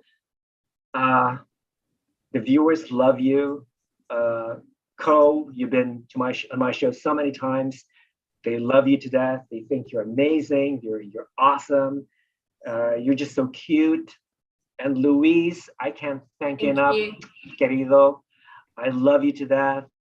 And I'm so lucky to have both of you, to have met you, at least virtually. Someday, hopefully soon, we'll get to meet each other in person. Doesn't matter where. Indonesia, International. Yes, definitely. They will ban me. They won't let me in. I don't think Luis would love to go to MGI in Indonesia, right? Yes.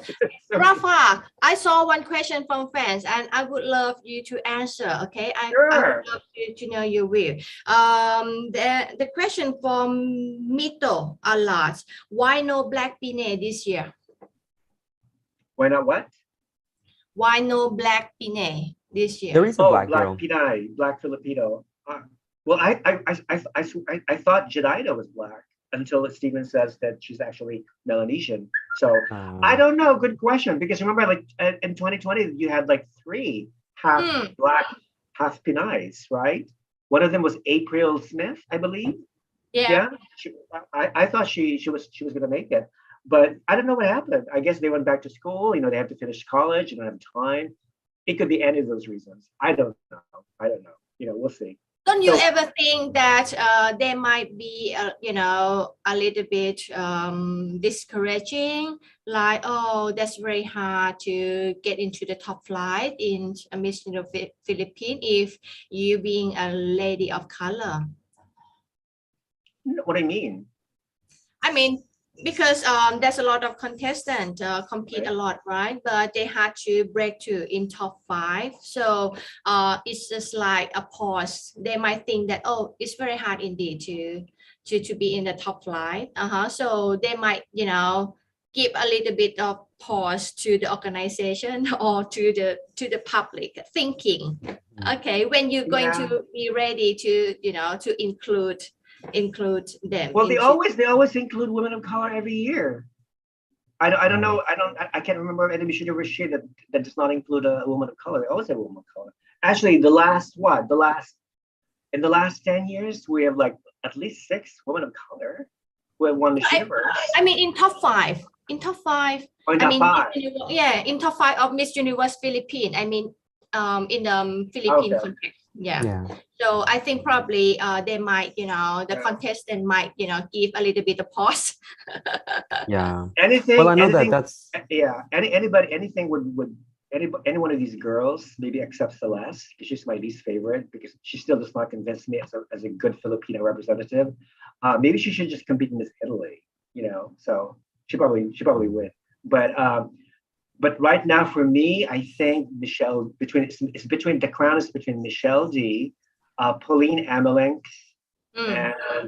and possibly I hate to say it, but possibly Celeste Cortese. Those 3, only because of their pageant experience. Yeah, it's going to be very interesting. We're gonna follow up on this. So, all right. Any last parting words? I want to say thank you to everybody who's watching us tonight, today, tomorrow, whatever, wherever you are.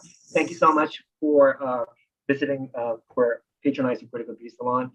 If you haven't followed Luis's channel, Luis is under his name, Luis Portelles, and Co's channel is KP1 Worldwide. And also, on YouTube, right? Rafa. Yep. Rafa, would you mind to tell all the fans that tomorrow at 8 p.m. Thailand or 9 p.m. Philippines, I'm going to interview a very, very huge guy at the moment. If you follow Thai news, you know that a very famous Thai actress has, was dead. I saw that on your Instagram. Yeah. She and drowned, right? She drowned. Yeah, she drowned, but it's very controversial because most evidence indicated that she actually was murdered, but the police actually try to make it like an accident and try to to let go the suspect. So tomorrow I'm going to interview Big John, okay? Big Jack, Big Jack, he living in US, but he actually can speak Thai, but he Indian, okay? And he got a very visible proof that can reveal and probably can overturn the direction of the conclusion of fascinating. Yes. Okay. Yeah, so all the so everybody follow Co. She's gonna interview Facebook as Facebook KP1 Worldwide, please. Okay, and meet me with KP1 Worldwide on Facebook and Co Phanasa on Instagram. Follow her. Yes. Follow Luis Portelles both on YouTube, Facebook, and Instagram under his name. Okay. Thank you, my beloved guest. Thank you so much. Rafa. Thank you, Luis. I'm very glad to meet you indeed, Luis. I'm so happy. I'm so happy, honestly. Thank you, Tito, for the opportunity, for the love, the support. You're always the best. And Co, you came here saying that you're a fan, but I'm leaving telling you that I'm your fan as well. So I'm so happy I met you. Thank you so much. And thank you, Rafa, that you always, supporting me and you always think of me and bring me in. You're very reputable. Oh, you're welcome. Okay, and thank you. We're gonna do this again. We're gonna have more of these chats. Well, yes. With this group chats, and hopefully Peter will be able to join us, and Hector and Phil. They're just not available tonight, but eventually we're gonna bring them in. And of course, if any of our lovely commenters in the chat box would love to join in, send me an email, please. Lex, if you want to join in one of these days, Stephen Anderson, Dave Mendoza, if you guys want to participate in this group chat. And if you want to have your faces shown, let me know. Contact me because I need more people. Oh, and I'm sending a hug and a kiss for Peter as well. Otherwise, because I love Peter Sarita of the Pageant Institute, wherever you are. We miss you all. Thank you all the fans. Thank you everyone. Thank you. And for our good friend Bhagisha Mishra, who handles pageants with Bhagisha. She has her own channel. She got married last week. So congratulations, Bhagisha. Congrats. So that's why she's probably enjoying her honeymoon. So I know she hasn't been very active with social media. But she got married. So congratulations, Bhagisha. All right. So have a wonderful weekend, people. I love you all. And we will see you next time. And see you all the fans tomorrow night in my program. Mabuhay! Mabuhay! Mabuhay!